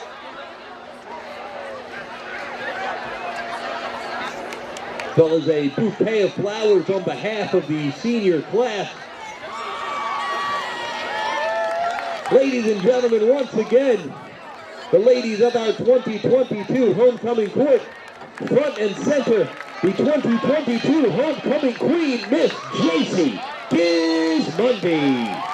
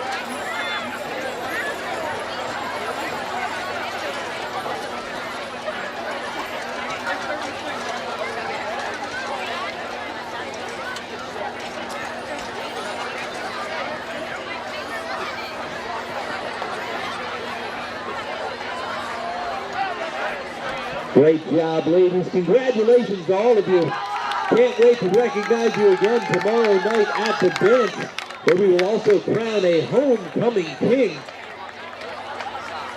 Junior class working hard inside right now, decorating the hallways and gymnasium to prepare for our Enchanted Forest themed homecoming dance tomorrow night.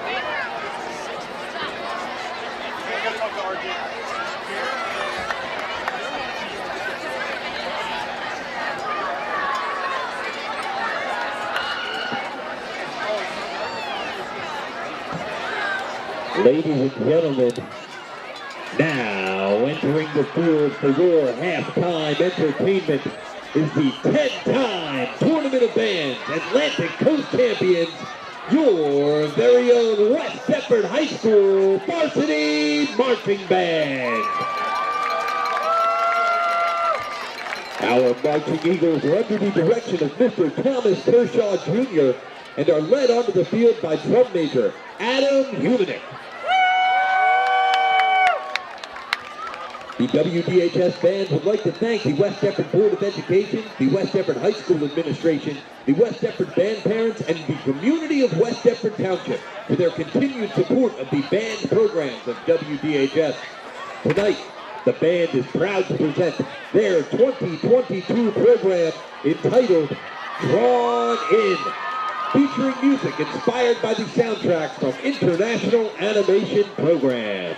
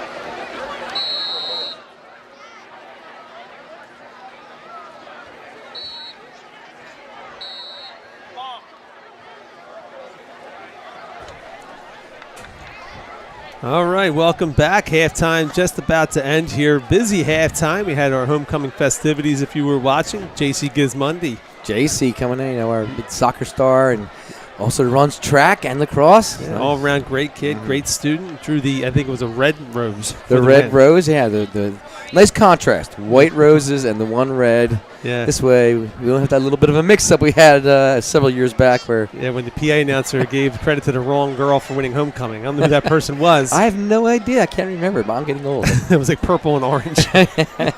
Roses. And of course, the band putting on a tremendous performance here, an anime-themed music. Called the band always does a great job. They're always on top of their game. I talked to Mr. Kershaw this week, and he said, he just kind of looked around, found some of the more popular shows, and grabbed the music from them. He said it's been a huge hit at their band competitions. All the kids come around to see it. So, of course, the great artwork of Mr. Parisi, if you know him. Is that, really? I was wondering who did it. Yeah, local resident, daughter in the band, Marissa, did the artwork. So if you get a chance to come out and see it, fantastic job.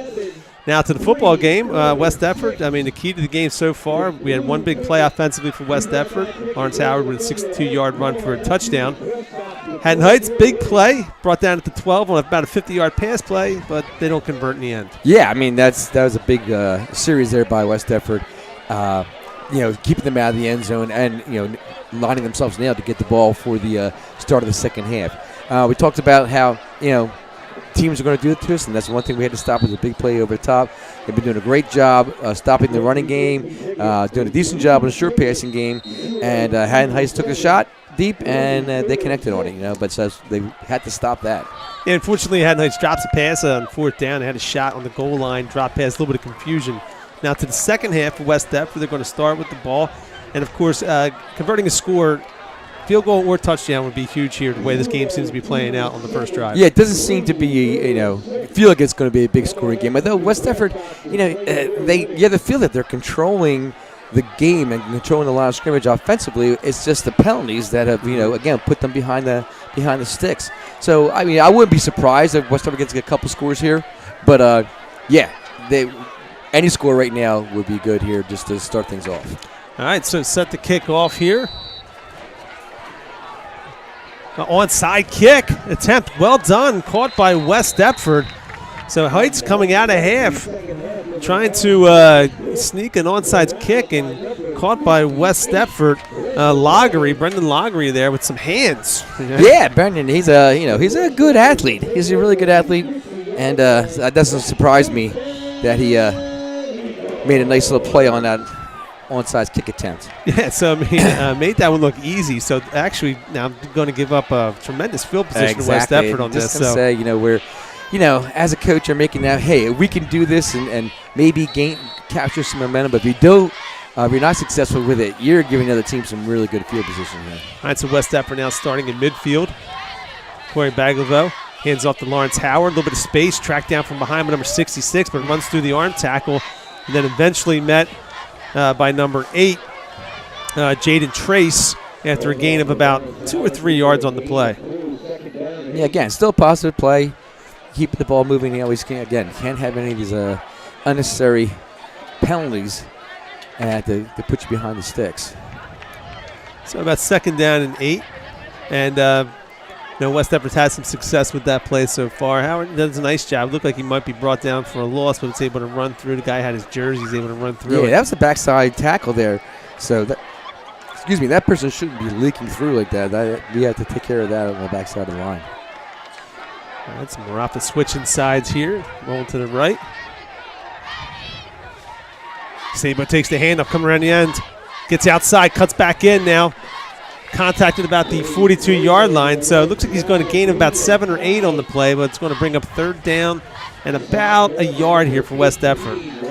Yeah, Cade does a nice job. There's some good blocking out in front of him and for the play. And you're not going to get a lot of shake and bake out of Cade, but he's going to definitely get the ball moving forward. All right, so 3rd and short, exactly where West Deptford wants. Again, for Haddon Heights, easy to question an onside kick here, but for West Deptford, again, they haven't been a big play offense this year, so I wouldn't want to give up 30 yards of field on an onside kick in a one-possession game. Make him want to drive that ball. All right, so Baglivo keeps it, gets a little bit of block in front of him, gains about 3 on the play, so an easy first down here for West Deptford. Yeah, especially with the way West Deptford's actually been hitting some penalties and everything. Why not give them that extra 30 yards of field that they have to move the ball through? And that's could be upwards of 6, 7 extra snaps that the team has to take. And and again, not to belabor it, but we've got a very good field goal kicker. No, yeah, so you're putting in a position here. All right, so again, West Deptford now 1st and 10 from the 41-yard line. I'm sorry, 37-yard line. Howard in motion. Takes the snap, fakes the handoff, rolling to his left. Well done there by the Haddon Heights defense. Strings it out, eventually brought down by number 28, Kenai Golden. So it's going to be a loss here on 1st down for West Deptford. Yeah, kind of tough play. I mean, it was exactly designed to run right away, but with that way that play is designed right there, and Corey's basically running with the shoulders to the sidelines. To complete a pass, it'll be hard to get your arm around and get your hip and shoulder around to make that play. Especially with the pressure bearing down on him. So a loss of about 2 on the play. It's going to be 2nd down and 11-12 for West Deptford.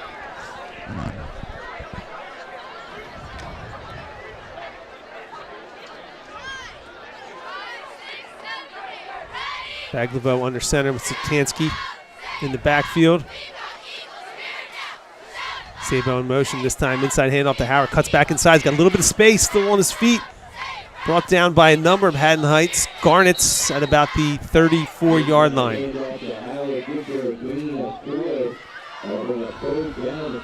So about 3rd down and 7 here for West Deptford.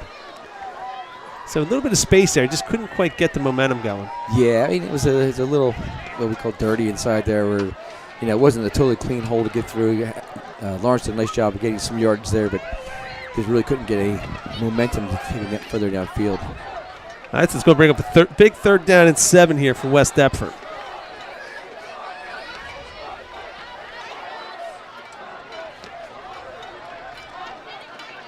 Howard trying to get outside. It does. Still on his feet, out past the 30-yard line. We got a late flag coming from the backfield there. I mean, you're looking right here. I thought maybe they get him on a hold there with Sabo, but looks like what they probably called. Yeah. I mean, the referee right on the play didn't call it. And the referee from way downfield calls it. Yeah, so you get some of the West Deptford sideline not pleased with that call, but initial impression could have been a hold. Looking at the replay, it was pretty close. Yeah, I mean, it wasn't a very good hold to be. He had some arms extended there, but you do that anytime, and especially in open space like that. Open space officials want to get their hands in their pockets sometimes, and they'll, as you said, the one official right in front of it didn't make the call, but official 15 yards downfield decides he wants to be involved. So again, what's been the drive killer for West Deptford today has been the penalties here. Yeah. So now we're looking at a 3rd and 17. Baglivo fakes the handoff, rolling to his left, lets it go. It's going to be competitive here. Laxton up for it. Incomplete pass. I mean, it was good coverage there, but he had a shot at it. Yeah, he had to get up in the air and go for that ball, and he was not jumped by the Garnet defenders. But again, having people leak through, really not giving Corey a chance to get his feet set and take a look at receivers. Not a bad call either for West Deptford, because even if it is intercepted there, it's as good as the punt that you're about to hit here. So Brady Clark now on for, I believe, a 2nd punt of the game. First punt was a good one, pinned him down to the sideline. West Deptford's coverage was very good.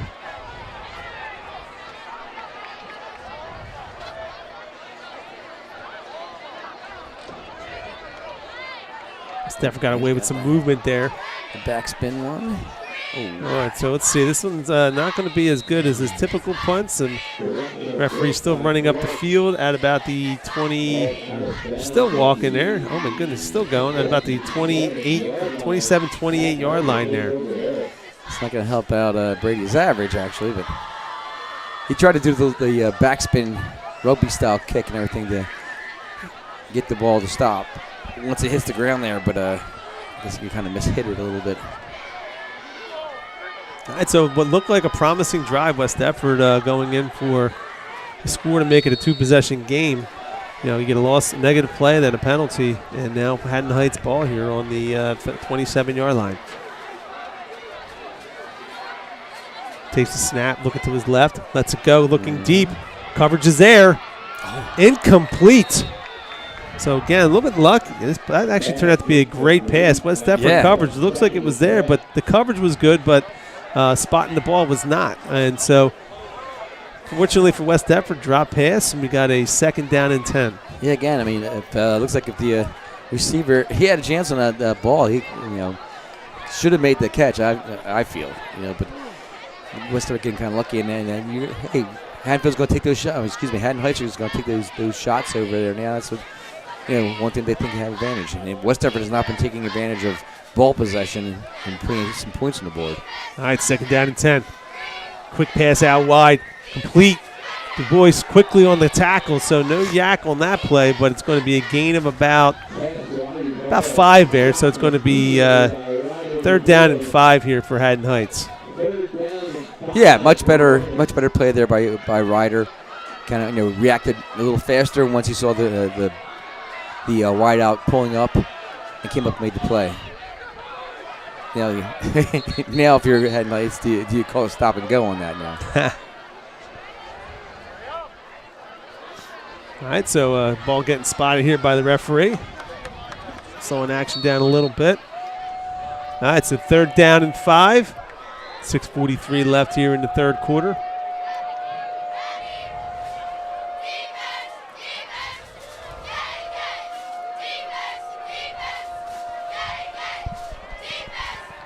Quarterback keeper looking to his left now. Well covered there by West Deptford.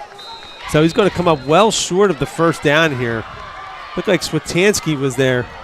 So it's going to force a punt here for Haddon Heights. So again, Haddon Heights, and again, game of missed opportunities on 1st down. Had a guy deep with a ball dropped.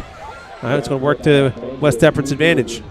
Yeah, surprising call there by Haddon Heights. I mean, they've been having some success with passing the ball, and on an obvious passing down, to call the quarterback draw there. While West Deptford's been doing a really nice job stopping the run. Kind of going away from your strength. All right, so Ayuvani set the punt here for Haddon Heights. High snap, but easy to manage. West Deptford almost there on the block, but enough to cause some interference. But again, the punt lands and rolls deep into West Deptford territory to about the 25-yard line. Yeah, I'm not sure what West Deptford's corners are doing there against the Heights Gunners. They're just basically letting them run upfield free without putting hands on them and without following them. So I'm sure Corey's looking down and seeing 4 men come running at him with no help at all. It almost be better served if you had a 2nd return man. Yeah, just if somebody's short, or they're side to side, things like that. And then just tell you guys, fair catch. Yeah. I mean, when one guy's centered, sometimes these short line drive punts, it is better just to let them bounce because, again, they're going to be very difficult to catch and handle. All right, so 2nd possession here for West Deptford. They're able to get the Garnets to punt once again. Defense again, holding strong here. So now rolling to his left. Quick pass out wide. He's got an open receiver caught. Lawrence Howard now steps out of bounds at about the 37-yard line. Yeah, what's a flag? Now we got a late flag again by that same referee called the holding. He might call it unsportsmanlike. Unsportsmanlike? But I don't know. Yeah, I mean, Lawrence barely stepped out of bounds if he did. Yeah, I mean, it wasn't. So he may have picked that one up. It wasn't egregious. All right, so the chain gang's moving forward. We got a sideline warning, it looks like, against West Deptford. That's what that was.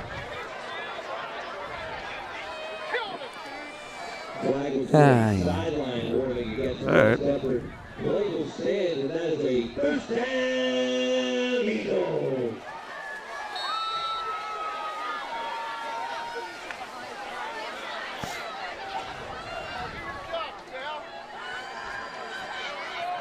All right, so 1st and 10, West Deptford.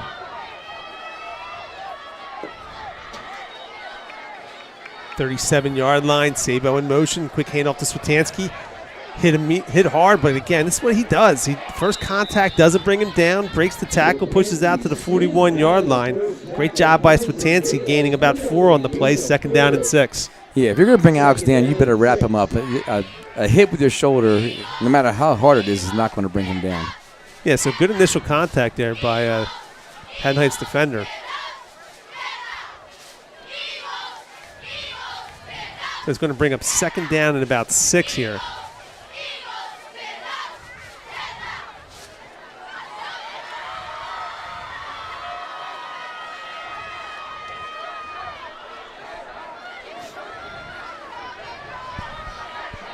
Marafa here shifting. Pitch out wide. Swetansky again cuts back inside. Dragged down forward at about the 45-yard line. It's going to bring up 3rd down and 2. Yeah, nice blocks on the edge there by the wing, Howard and Ben Marafa. Yeah, number 28, a freshman actually, Kenai Golden of Haddon Heights, has done that a couple times there. Did a good job. The initial block was made. He's able to kind of keep some leverage and then make the play. Yeah, keeps his feet, and then does a nice little job of slipping off the block, and at least keeping the gain to a minimum. All right, so it's going to bring up 3rd down and 1 here for West Deptford. Baglivo in shotgun. Swetansky to his right. Sabo now in motion. Baggs is going to keep it. Good block forward by Swetansky. Baglivo smartly runs right off the shoulder. Big 1st down out the Haddon Heights 47-yard line. See Swetansky there. Cleans up the linebacker, number 8, Jaden Trace, the leading tackler for Heights, and cleared the hole there for Baglivo. The sophomore Raphael Ali makes the tackle for Heights. And again, that's got to be a fun play also for a football player. You're Swetansky here. Yeah. Your job is just, as a fullback almost, just run as hard as you can and crush the person you see. Exactly. And Alex is the kind of player that he enjoys doing that. Yeah. Doesn't have to have the ball in his hand. He loves going and just making some crushing blocks. All right, so Howard now trying to get around the end. A little bit of blocks in front of him. Can he get there? He can't. Pushed out of bounds by Haddon Heights, number 12. Demir Outerbridge Ali, but decent gain there on 1st down. Yeah, I'd say if you would have made a little move back inside again on that one, we would have a little more, but gains about 5 yards there and keeps the ball moving forward. All right, so 2nd down and 5 now for West Deptford. 3:03 remaining here in the 3rd quarter. Fast-moving game. Both teams struggling to really move the ball consistently on offense. West Deptford's been plagued by penalties, and Haddon Heights has been plagued by drops.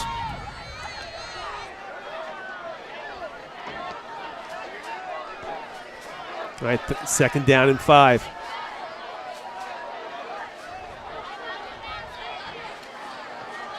Good pressure. Ooh. Baggs with nice moves. Going to turn nothing into something here. Out to about the 41. Probably going to gain about 2 yards, a yard or 2 on the play. Yeah, I've got 2-yard gain there. So it looked like a loss. It's going to gain about 2. Yeah, he does a nice job of avoiding that first tackle. The end came right upfield and was right in his face. So it's going to bring up 3rd down and 4 here for West Deptford.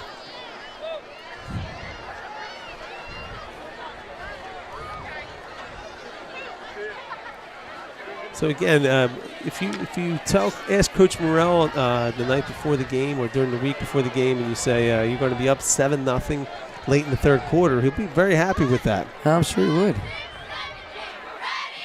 Sabo in motion, takes the handoff. Got a blocker outside. He's able to get out wide. Good seal off there by Howard. Linebacker for Heights does make the play. Calvin Johnson. But it's going to be very close. It's going to be about a yard short. Yeah. So we're going to get official measurement. This is I think he's a little short there. That's what, again, so we talk about, This is John Cobb time right here. Yeah. Right? And John's got to lose a couple licks in that chain for us.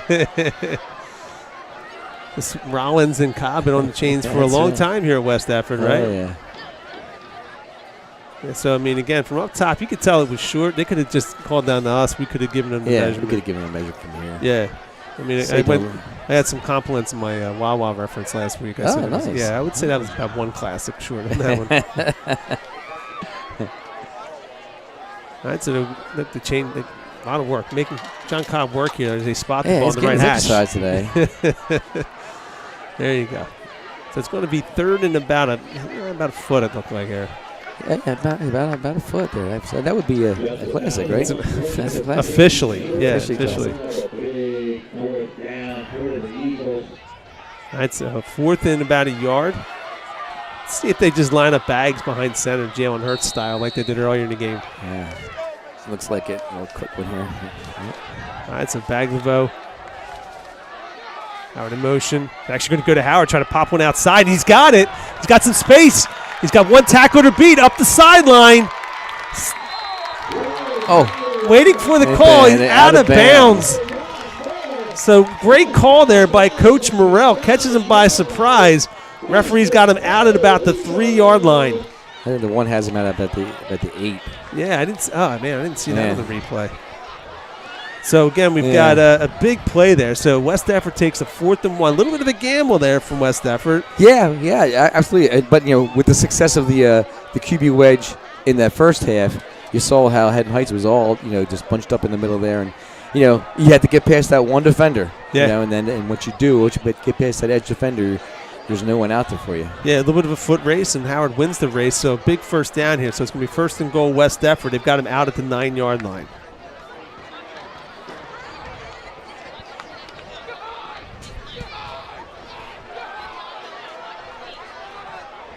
First and goal from the 9. Baglivo hands off Swetansky, pushes forward, still on his feet. Looks like he's going to be brought down at about the 5.5-yard line. Solid gain there for West Effort. 2nd and goal from the 5.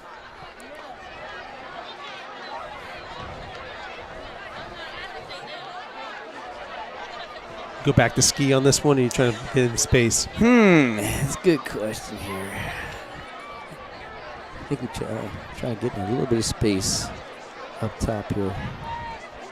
Baglivo under center, 2nd and goal from the 5. West Effort with a 7-0 lead, trying to increase on it. Going to Howard again. He out to the outside, makes the dive for it. I think he's going to come up about he got a touchdown on it. Right. Touchdown, Howard. So again, been working that all game with great success, and West Effort takes the 13-0 lead. And he gets the pylon, so the official gave him the score. Yeah, I thought maybe he dragged the knee before he got to the pylon. But they don't get to see replays like we do. So. Yeah, and of course, no instant replay here in high school football. So and we're not going to tell them what we saw. So Brady Clark now on for the extra point with 1:35 left here in the 3rd quarter. So big play there from West Effort.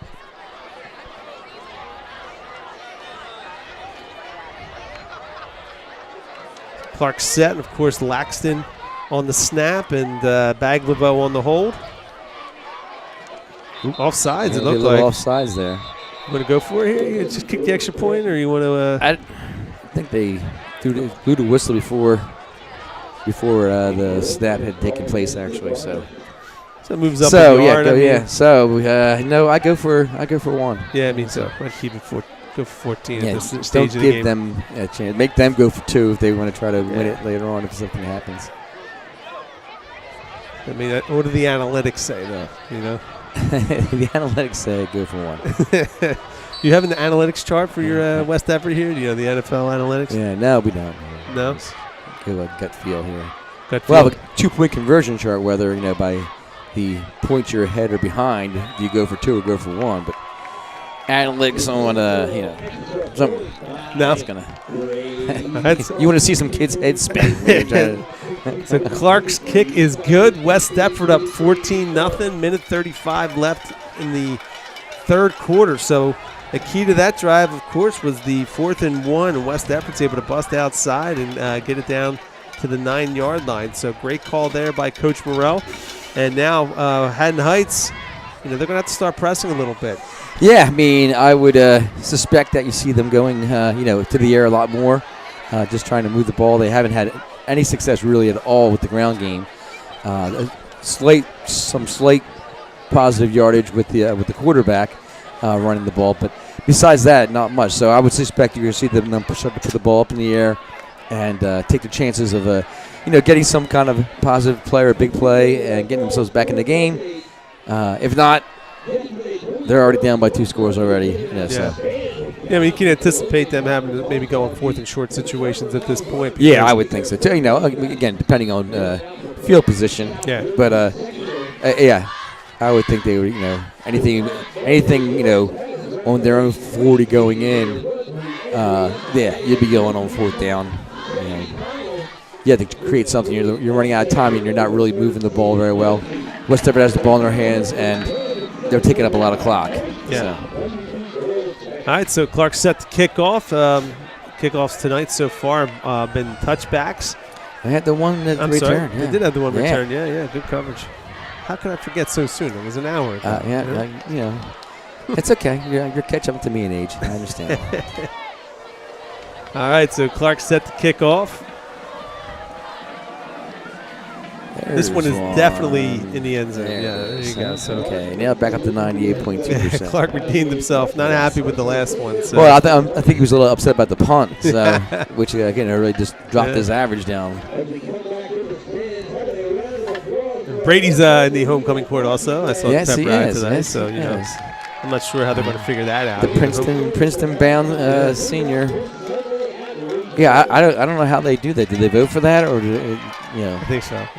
Do you have to? If there's any kind of kicking involved, Brady's going to win that part of it. Then you're going to have a field goal contest. Yeah, field goal contest or something. All right, so 1st and 10, Haddon Heights from the 20.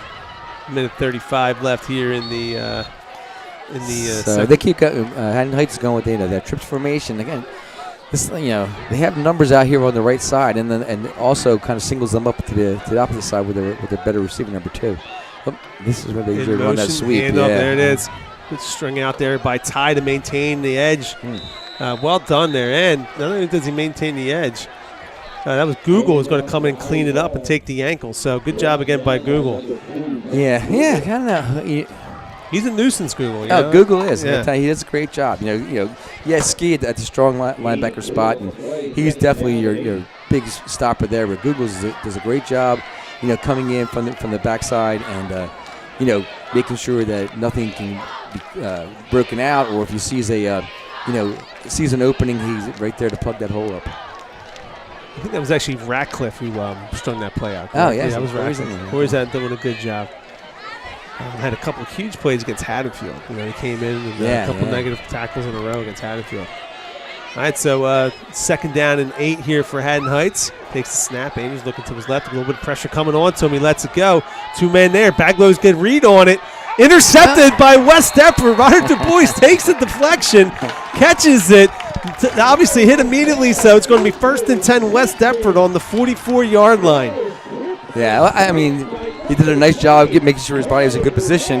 I'm not sure if Ryder understands the high school rules different from the pro rules, where once his knee hit the ground, he can't get back up and start running again. Yeah, you got to go for the run now. You got to take a chance. See Coach Morrell, big smile on his face, giving the hug to Ryder. Can tell a team favorite there. Everybody very excited. So, I mean, not open at all. Great coverage by West Deptford. Ryder and Baglavo had him covered well. Yeah, nice job. Again, Ryder's just a sophomore, and he's really come on this year and done a nice job. Yeah, it's tough getting that thrown out there, as a sophomore under the lights and having to cover some of these really good receivers. But he's done a nice job. Yeah, and again, anytime you're in the secondary, your mistakes are seen by all. You can get away with stuff on the line and the mess, but out in the defensive backfield, it's hard. Oh, look at these T-shirts flying everywhere here from the cheerleaders. All right, so 1st and 10. Bag's going to keep it, rolling to his right. Cuts back inside. Nice play there by Haddon Heights defensive. He may have fumbled on this. Okay, maybe not. It looked like the action on the field looked like a fumble, but Baglavo was able to go forward for a gain of about 2 on the play. It's going to be 2nd down and 8.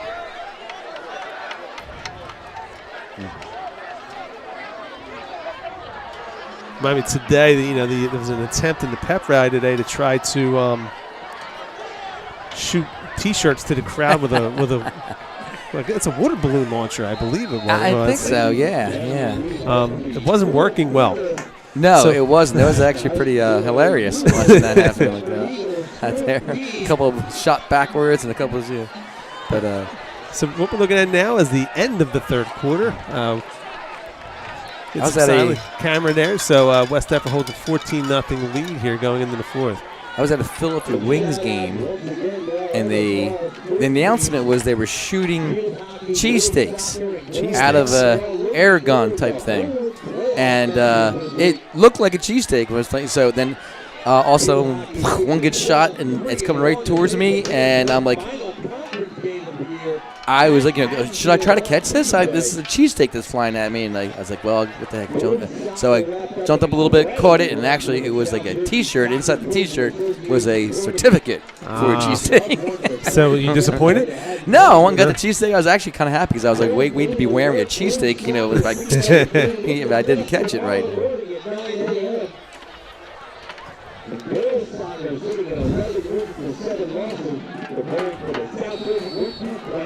All right, so 2nd down and 8 here for West Deptford. Back rolling to his left. Oh, come now on, he throws. He's got him open. Marafa with the catch out to the 38-yard line. Good job by Marafa. Well done by Baglavo. 1st and 10 West Deptford at the Haddon Heights 38-yard line. Yeah, absolutely. Now you're taking what they're giving you. You're getting out. They're kind of crowding the box up, and just running the little out patterns there, make it easy. I thought maybe Corey could have let that go a little bit earlier.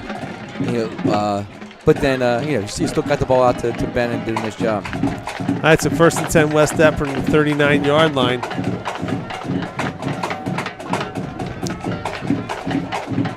Yeah, I mean, at Haddon Heights defensively, you're going to assume West Deptford's going to start coming out and just run.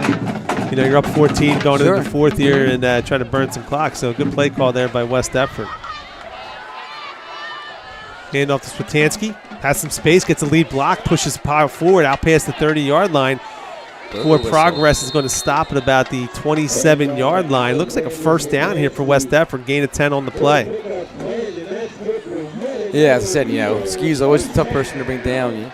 You just hope that, once it gets to be like a pile like that, the officials blow the whistle so no one's coming in and taking shots at your running back. 1st down West Deptford. Now it's going to be at the 33-yard line here. So again, West Deptford will be very content here just to take their time, burn some clock. Again, run this well. You can try to assure that Haddon Heights maybe gets one possession here, right? Exactly, yeah. Just manage that clock. Hopefully you get a score here out of this. Again, Switansky in the backfield. Had a lot of success tonight running the football. This time it's going to go inside here to Sabo with space. Runs through a tackler at the 20-yard line. Brought down officially at the 17. So again, looks like another 1st down here for West Deptford. Yeah, as I say, Cade's going to do a nice job. He's going to get the ball moving forward. Looked like he had the one tackler there to beat, and kind of, I'm just going to run into you. But he's going to, when there's a hole there, he's going to get to the hole and get you some positive yardage. Yeah, so good collision there. Sabo was able to move forward, did a 1st down. So 1st and 10 West Deptford on the Haddon Heights 18-yard line. Good job by the offensive line, of course, from West Deptford. Really starting to open up some holes here for. Yeah, well, you're successful in a couple of those little passes, and that forces the defense to loosen up a little bit to make sure they cover the outside. Howard now looking to the left. A lot of success. Oh, it cuts back inside. Looked like a little bit of space there, but nice tackle by number 4, Calvin Johnson. Yeah, that's where, Lawrence has got to learn to be a little bit patient. He had number 55, Sean Kennedy, out in front of him. And if he would have kind of like just slowed it down for a hair, that would have given Sean a chance to make the block on number 4. But he outran Sean for so. Yeah, I mean, naturally the running back will be faster than the guard. You better hope. All right, so we're looking at 2nd down and 5 here for West Deptford. Although I've seen Sean when he was eating tacos, he actually was pretty fast. Was he? Yeah, he put like over 20 tacos the one day here. What? Yeah, for the team dinner. All right, Switansky brought down pretty quickly there. There'll be no gain on this play, so it's going to bring up 3rd down and 5. No gain. Tackle made by Rocco Peroni. See a little bit of a loss on the play, actually, so looking more like 3rd and 6 I here. think it was Cade Sabo as well. Yeah, so I think Ski might take offense to you saying that and not getting any yardage here.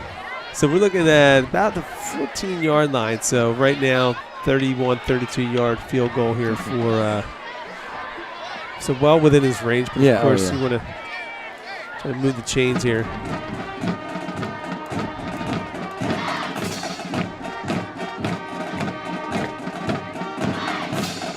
Go back.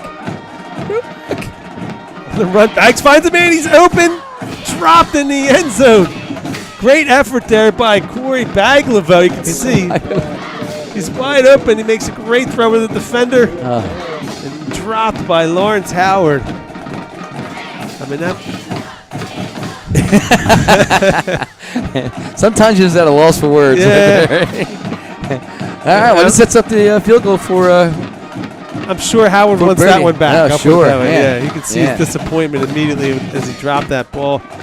Sometimes when it's got a little air under, you're waiting, you get a little eager. So Clark now went for that 31-yard field goal.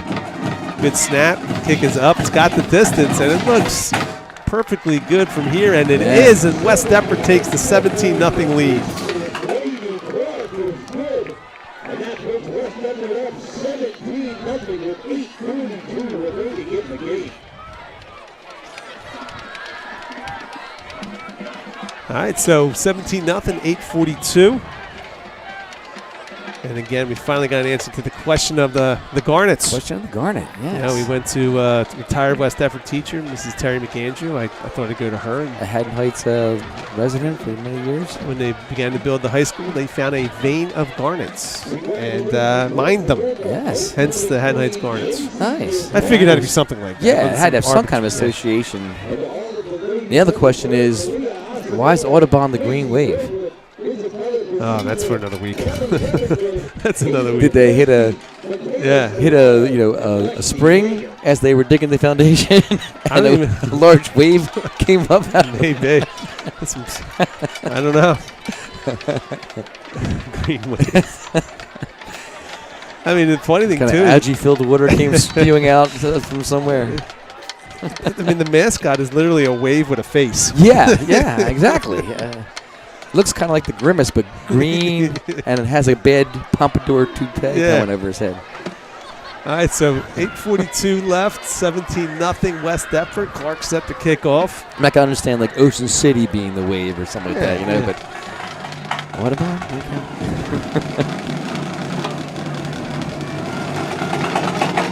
Clark's kick in the end zone again, so well done by Brady Clark. It's going to be 1st and 10-20 for Haddon Heights. Now, this with the Philadelphia Eagles, this is where they would just get into a total shell and allow the other team to take the entire field. Yeah. I love that defense when they back up their secondary to like 25 yards off the line of scrimmage, and then we'll give them everything underneath, and then the other team in 5 plays is on the field. Yeah. So, no, I'm not a big fan of the prevent defense, especially. I mean, if you're playing good defense, play it. Yeah. Make them, just obviously you're thinking about not letting anybody pass you as a defensive back. That's what you should always be thinking. But, it's more prevalent in your mind right now. But why change the defense so much that you just give the opposing team All right, little screen pass. Screen. Set up well. Okay. Missed tackle there. More space.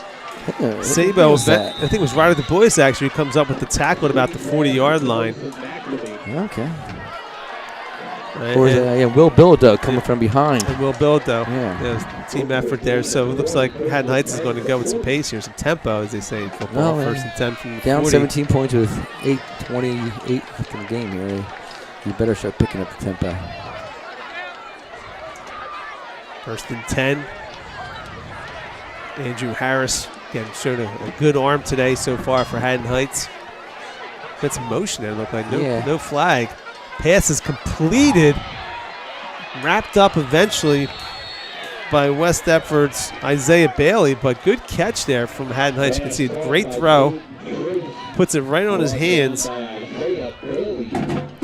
Yeah, did a nice job. And, well, they had trips out to up to the top side, and there's a nice little seam in the middle of that zone. He ran right to that seam, and it was a nice pass by the quarterback. Again, it's the best drive so far of the night for Heights. They may want to go tempo every drive here. So Andrew Harris looking to his left, quick pass complete. Good coverage there by Howard, tackles him immediately. So short gain on the play. Clock keeps moving. A nice play by Lawrence coming up real quickly and making a stop on that, again, that short little hitch pattern.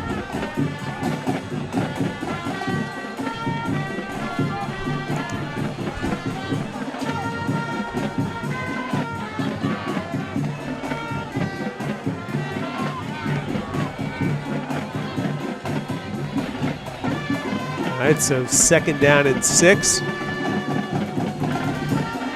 Looking to his right. Quick throw. It's going to be intercepted by West Deptford's Isaiah Bailey. Hold on that ball, Isaiah. Going up the field, tackled from behind. So a big turnover here. Isaiah Bailey, I mean, threw it right to him, but he did his job, catches the football, and this is going to make it incredibly difficult for Haddon Heights now at this point, down 17-0. Yeah, nice job by Isaiah making that interception. Stopping that drive there. I know there's a little miscommunication between the Harris and his receiver or so, but yeah, I mean, you got to take advantage when a quarterback makes a throw like that. Yeah, it looked like the receiver maybe stopped his route. Yeah, so he stopped his route. A little bit of confusion, but hey, West Deptford's advantage. So 1st and 10 Eagles now on the 20-yard line. So, of course, mission now for West Deptford is to just work the clock, move the chains. Yeah, we were talking about at halftime, you and I were saying that, if one team gets that turnover, it could be a big turning point there. West Deptford got the turnover, and now has a chance pretty much to seal this game up. In motion, hand off to Sabo. Brought down immediately. Good job there by the defense of Haddon Heights. Shed the blocker. And, yeah, I mean, Lawrence has got to make a block. He's had some nice runs and everything today, and hasn't had the touchdown run, but he's had a little rough time here blocking for the rest of his running backs. Yeah, nice play there. That was Outerbridge Ali with the tackle. So loss of about 4 on the play. It's going to bring up 2nd down and 14. 6:37 left, clock moving.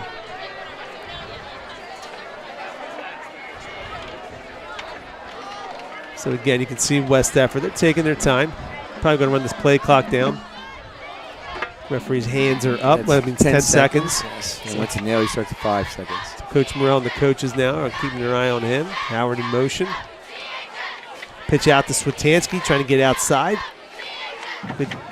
Drops the football. Looks like it's going to be recovered by West Deptford. There was really nothing there. Haddon Heights defense stretched that entire play out, so it looks like Switansky picked up his own fumble. But again, it's going to be another loss of a yard or two. Yeah, I mean, it's bad enough with the loss of yardage here. You don't want to create a turnover that deep in your own territory. So we're looking at 3rd and 14. Again, West Deptford taking their time. 5:30 left.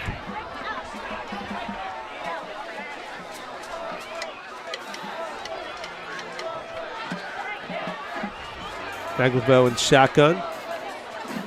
Sabo motions. Now he's rolling to his right. Right there. Quick throw. A little overthrown, so unfortunately that's going to stop the clock. And it's going to bring up 4th down.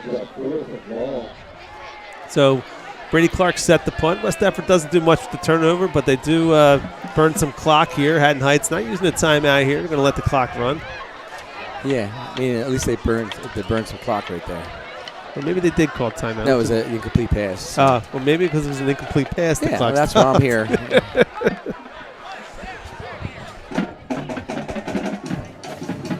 Looks like time for the danger zone. It right? could Five be. Yeah, 5 minutes left in the 4th quarter. Highway to the danger zone, yeah. So this is Kenny Loggins. Need a good snap and kick here. Snap. Clark on the kick. Gets it off. A bit of a wobbler. Takes a good bounce. And Heights then picks it up. Immediate coverage, still on his feet. Not much in return, but no. I mean, you got to make those tackles there. You can't be, you're there, make that tackle. You save yourself 5 yards, but just you're not giving a person a chance to get out and make something happen. So it's going to be 1st and 10, Haddon Heights on the 42-yard line.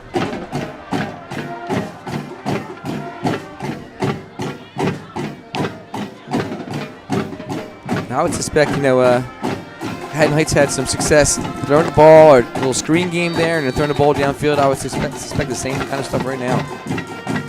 Setting some of these receivers vertical up the field. Andrew Harris, shotgun, looking to his left. Pump fakes. There's that stop and go you were talking about. Let's see if the ball can get there. We got a flag. Here it is. Yeah. He looked like Ryder Boy's turned his head. No, he didn't turn his head at all. And it was a shame because he was in position. Just turn around. But instead, you're going to put your hand up and face guard him. It didn't look like he made any contact there, I guess. No, but yeah, I don't know if I would call it pass interference. Yeah, I mean, looking at the replay there, I didn't really see but, anything. If you're not going to turn your head, the official's going to do that a lot of times. And there's no reason not to turn your head. You saw what the receiver was doing. You had good position. Turn your head. Look for the ball. Become a receiver then. And as you predicted, the stop and go, that's what they ran there, right? Yeah. So they had the pump fake. The coverage was good. Was good. Just didn't turn his head. Referee makes the call, so it's going to be a 15-yarder here. Haddon Heights ball at the 42-yard line now, so 4:52 remaining. I think another decent throw there, too, by Andrew Harris. It was on the money. He throws a nice ball, too. Takes the snap. Got time. Not much pressure. Right across the middle. Intercepted by Google. Still on his feet, rolling forward. He's got end zone in his eyes. Nobody's touching him. There he goes to the 15. Track down. Touchdown. Google. Wow, the hustle by number 65 here in the middle of the field. He just stood there and watched the whole play. But nice job by Google's making the interception. You saw Harris try to force the ball into number 2, Ayavera. Yeah. Man, I didn't know Google had that speed. Yeah, that's the first time he's ever shown it. Yeah, he flew down that field. Yeah. He got about midfield, saw an open field in front of him, and turned on the Jets. Absolutely. So that's going to put West Deptford up now, 23-0, going for 24. And again, that's going to ice the game here. Yeah, you have 4:37 left right now.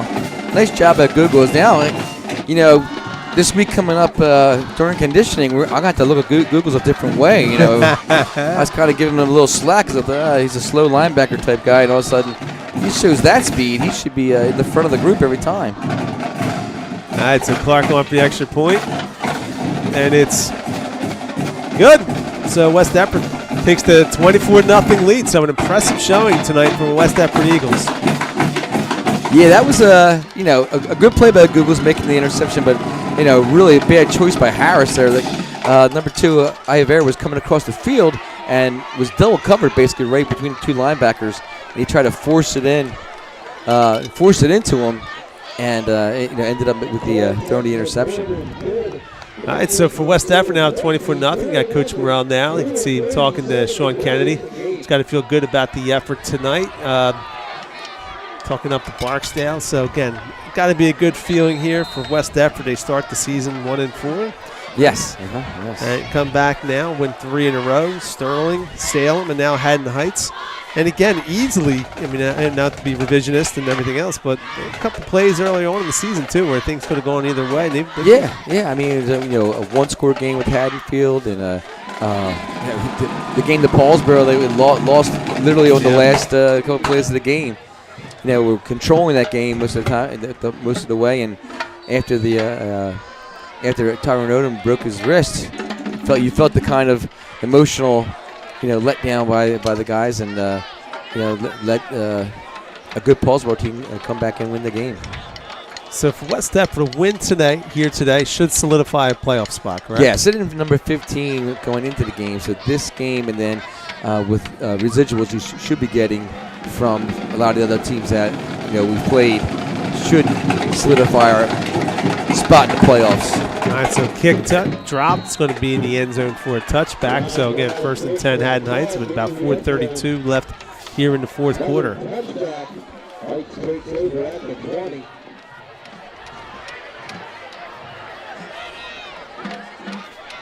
So playoffs starting next week or the following week, I'm correct, right? Yeah. I think it would be next week. I don't think there's a bye week anymore. No, it's next week. They start. Yeah, it should be next week. I was looking at the Haddon Heights schedule, and I saw they have another game against Haddonfield. I imagine that's Thanksgiving. That's their Thanksgiving game that they have. So we'll always see. Going to play. And again, there's no Central Jersey anymore. So no, it's just north and south here. In the going to be taking a ride. Yeah, probably right now up the. Well, if we're sitting at 16, then we're taking a ride up to Pleasant Borough. Yeah. All right, so pass complete. So again, it's kept in bounds, but gets the first down. The clock will stop for a period of time. So Outerbridge Ali on the catch, gained him about 12 on the play. But then again, if we fall another bracket, we could be taking a ride up to exit 32. Yeah, Haddonfield is a possibility if things shape up. They're looking like a 2 seed right now. Should be a great matchup just because it's always a good game and they're not too far. Looking, they got pressure there. Evades it, trying to get out of bounds and does to stop the clock. But a short gain on the play. Scandler's out of bounds. Picks up a couple. 2nd down and 7. It's going to bring up 2nd down and 7 here for Haddon Heights. 4:09 remaining here.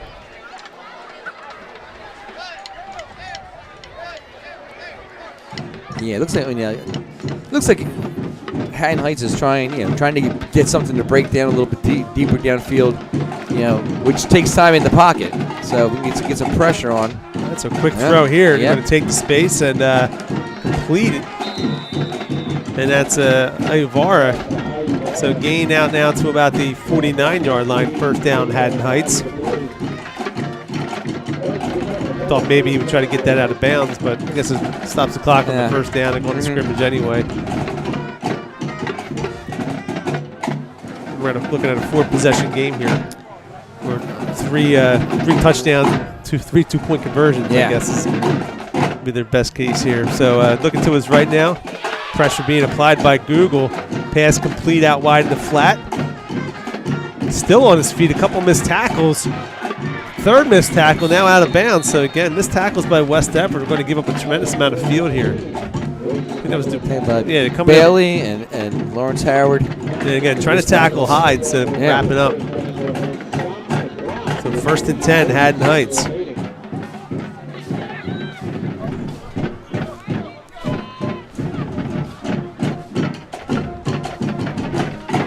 All right, so 1st and 10, Haddon Heights now on the 25-yard line.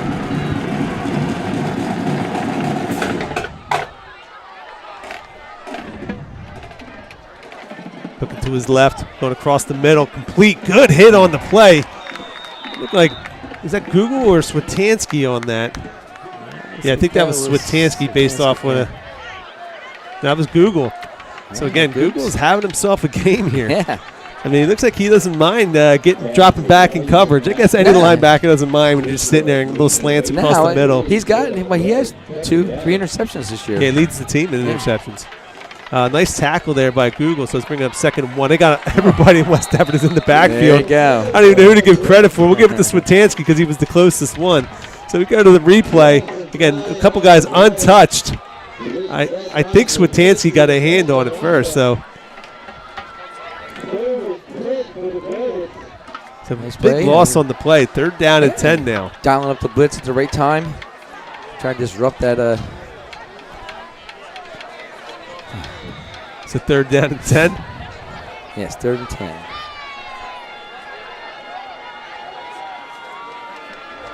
Clock moving, 2:28 left. It was up pressure again.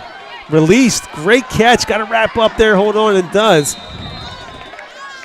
All right, so Lawrence Howard had pretty good coverage. High throw, actually well-placed throw, and caught there by Matthew Iovara. Yeah, we did a nice job going up for the ball, made the catch. But for Haddon Heights, looking at a 4th and 2 here. And again, West Defford's been doing a lot of blitzing here now as we moved into this. Yeah, well, I'd put some pressure on here. Definitely.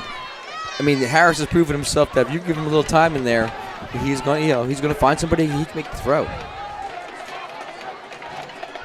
I would kind of tighten this up if I were some of the D-backs here.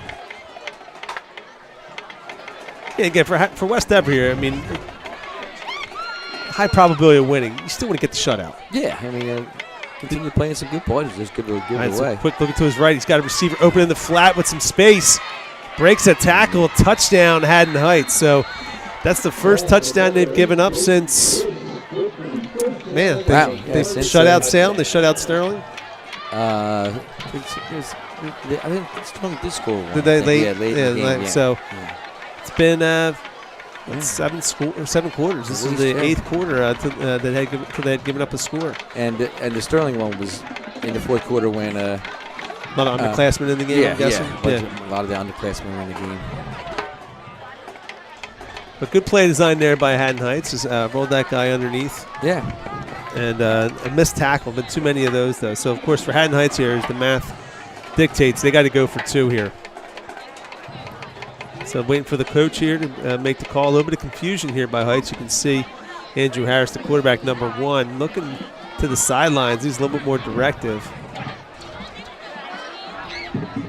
But again, for Haddon Heights, they need to get this 2-point conversion even to give themselves any chance of coming back in this game. Rolling to his right, man is open and dropped. So again, another drop by Haddon Heights, and this is going to be a costly play. So again, he's open. Pretty good throw. Hits him in the hands. Yeah.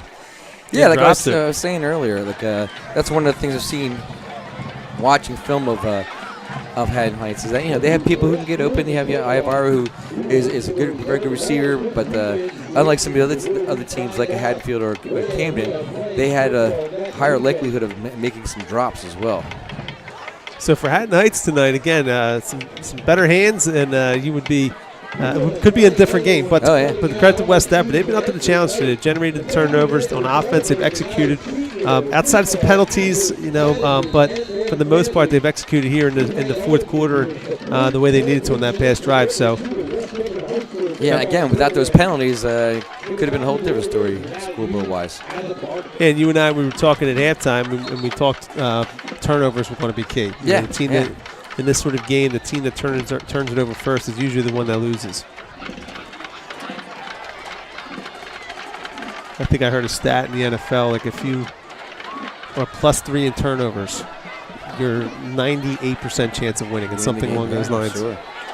Sure.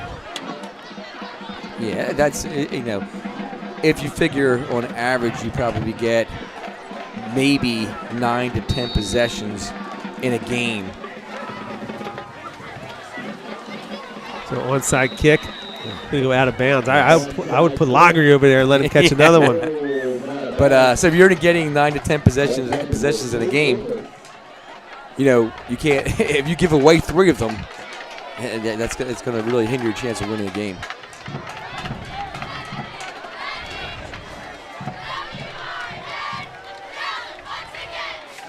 It's gonna be 1st and 10 West Deptford. So again, Haddon Heights has 3 timeouts. I'd be curious to see if they even use them here. Yeah. Andre English into the game.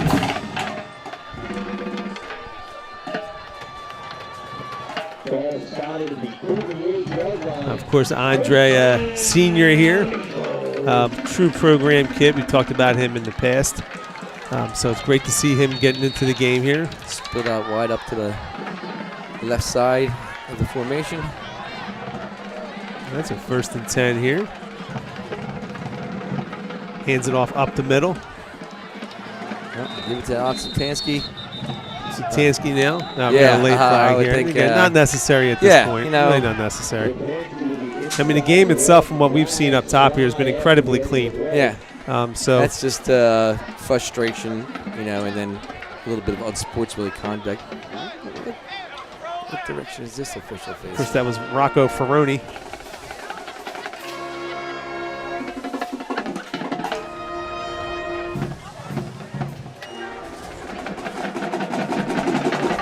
again, that was a personal foul call. Even that referee, arm motion was weird. He's got a little bit of a different. It looked like a third base coach on that one instead of a referee.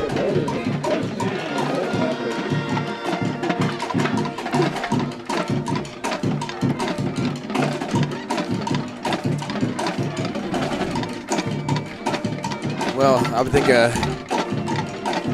Rocco.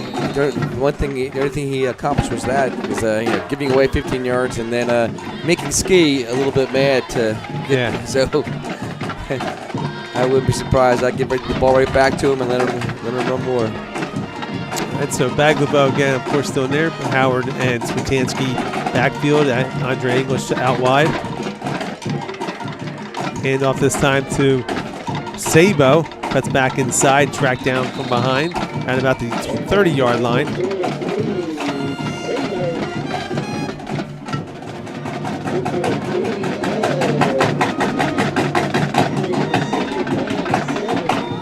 So 2nd down and 7 for Haddon Heights.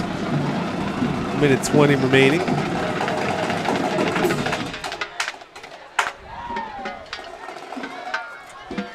Philly's holding a 3-2 lead. Reese Hoskins just missed another ball. Yeah. They missed the double play earlier, and then they missed an easy play there. Some guys make the game look really easy, and some guys make the game look really hard. They had their runner picked off. So they're winning the game, but they're not playing championship baseball. That's a Baglavo. Howard now takes the handoff. Cuts back inside, a little bit of space. Stays in bounds, dragged down by number 4, Calvin Johnson. So that should be the first down. That should be the game. You might not even have to take a knee right here. Yeah, so we got 27 clock rolling down here. So great job here from West Deptford. Coach Morrell, headset off, smile on his face. Baglavo running back to the huddle. Got number 35, Andre English in the huddle. Good to see him on the field, senior night. Getting high fives, of course. Just a great kid, great team player. And that's it. So for West Deptford, an impressive home victory tonight, 24-6 over Haddon Heights, and should absolutely solidify a playoff spot. Of course, where and when will be determined based off of this week's seedings, results, and then of course seedings. But for West Deptford, to starting out 1-4, looking a little bit bleak at times, and then coming back here, winning 3 in a row. And again, this is the character of the kids on the team. You've said this all along. These guys have been working really hard. They're really good kids. Played some really tough teams, really good teams at the beginning of the season there. But they stuck it out. You could have had kids who were like, what, let's fold it up and let's get this over with. But these guys have been fighting every day, getting better every day, as Coach Morrell talks about. And hey, they got themselves in the playoffs. And now you never know. Coach Morrell was talking earlier this week about a couple years ago, Shawnee started out the year like 2-6 or something like that. Worked themselves into the playoffs somehow as the last seed and ended up winning the Group 3 championship. So you never know. You're getting hot.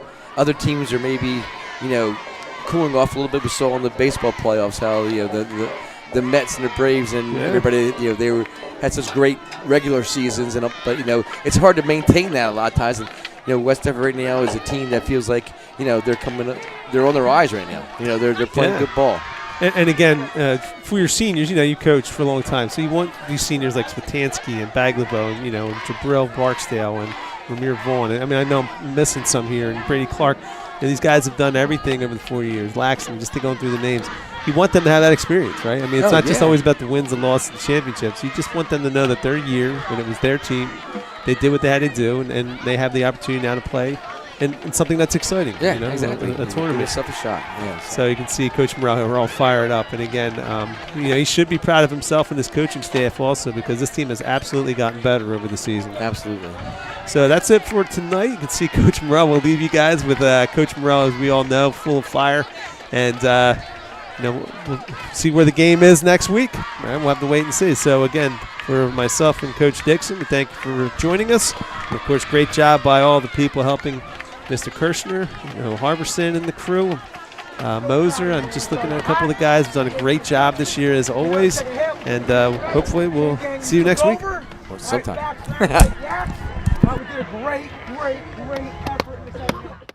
I can't say enough. Every defensive group that we challenged stepped up. Right? I think I said Bailey has picked today. Yeah! I'm gonna ride it. Yeah! I had a catch. You took it to the house. Hey, you earned it. We're gonna go celebrate this one for a couple minutes. Here we go. Bring it on! We're all over there. Watch Greg.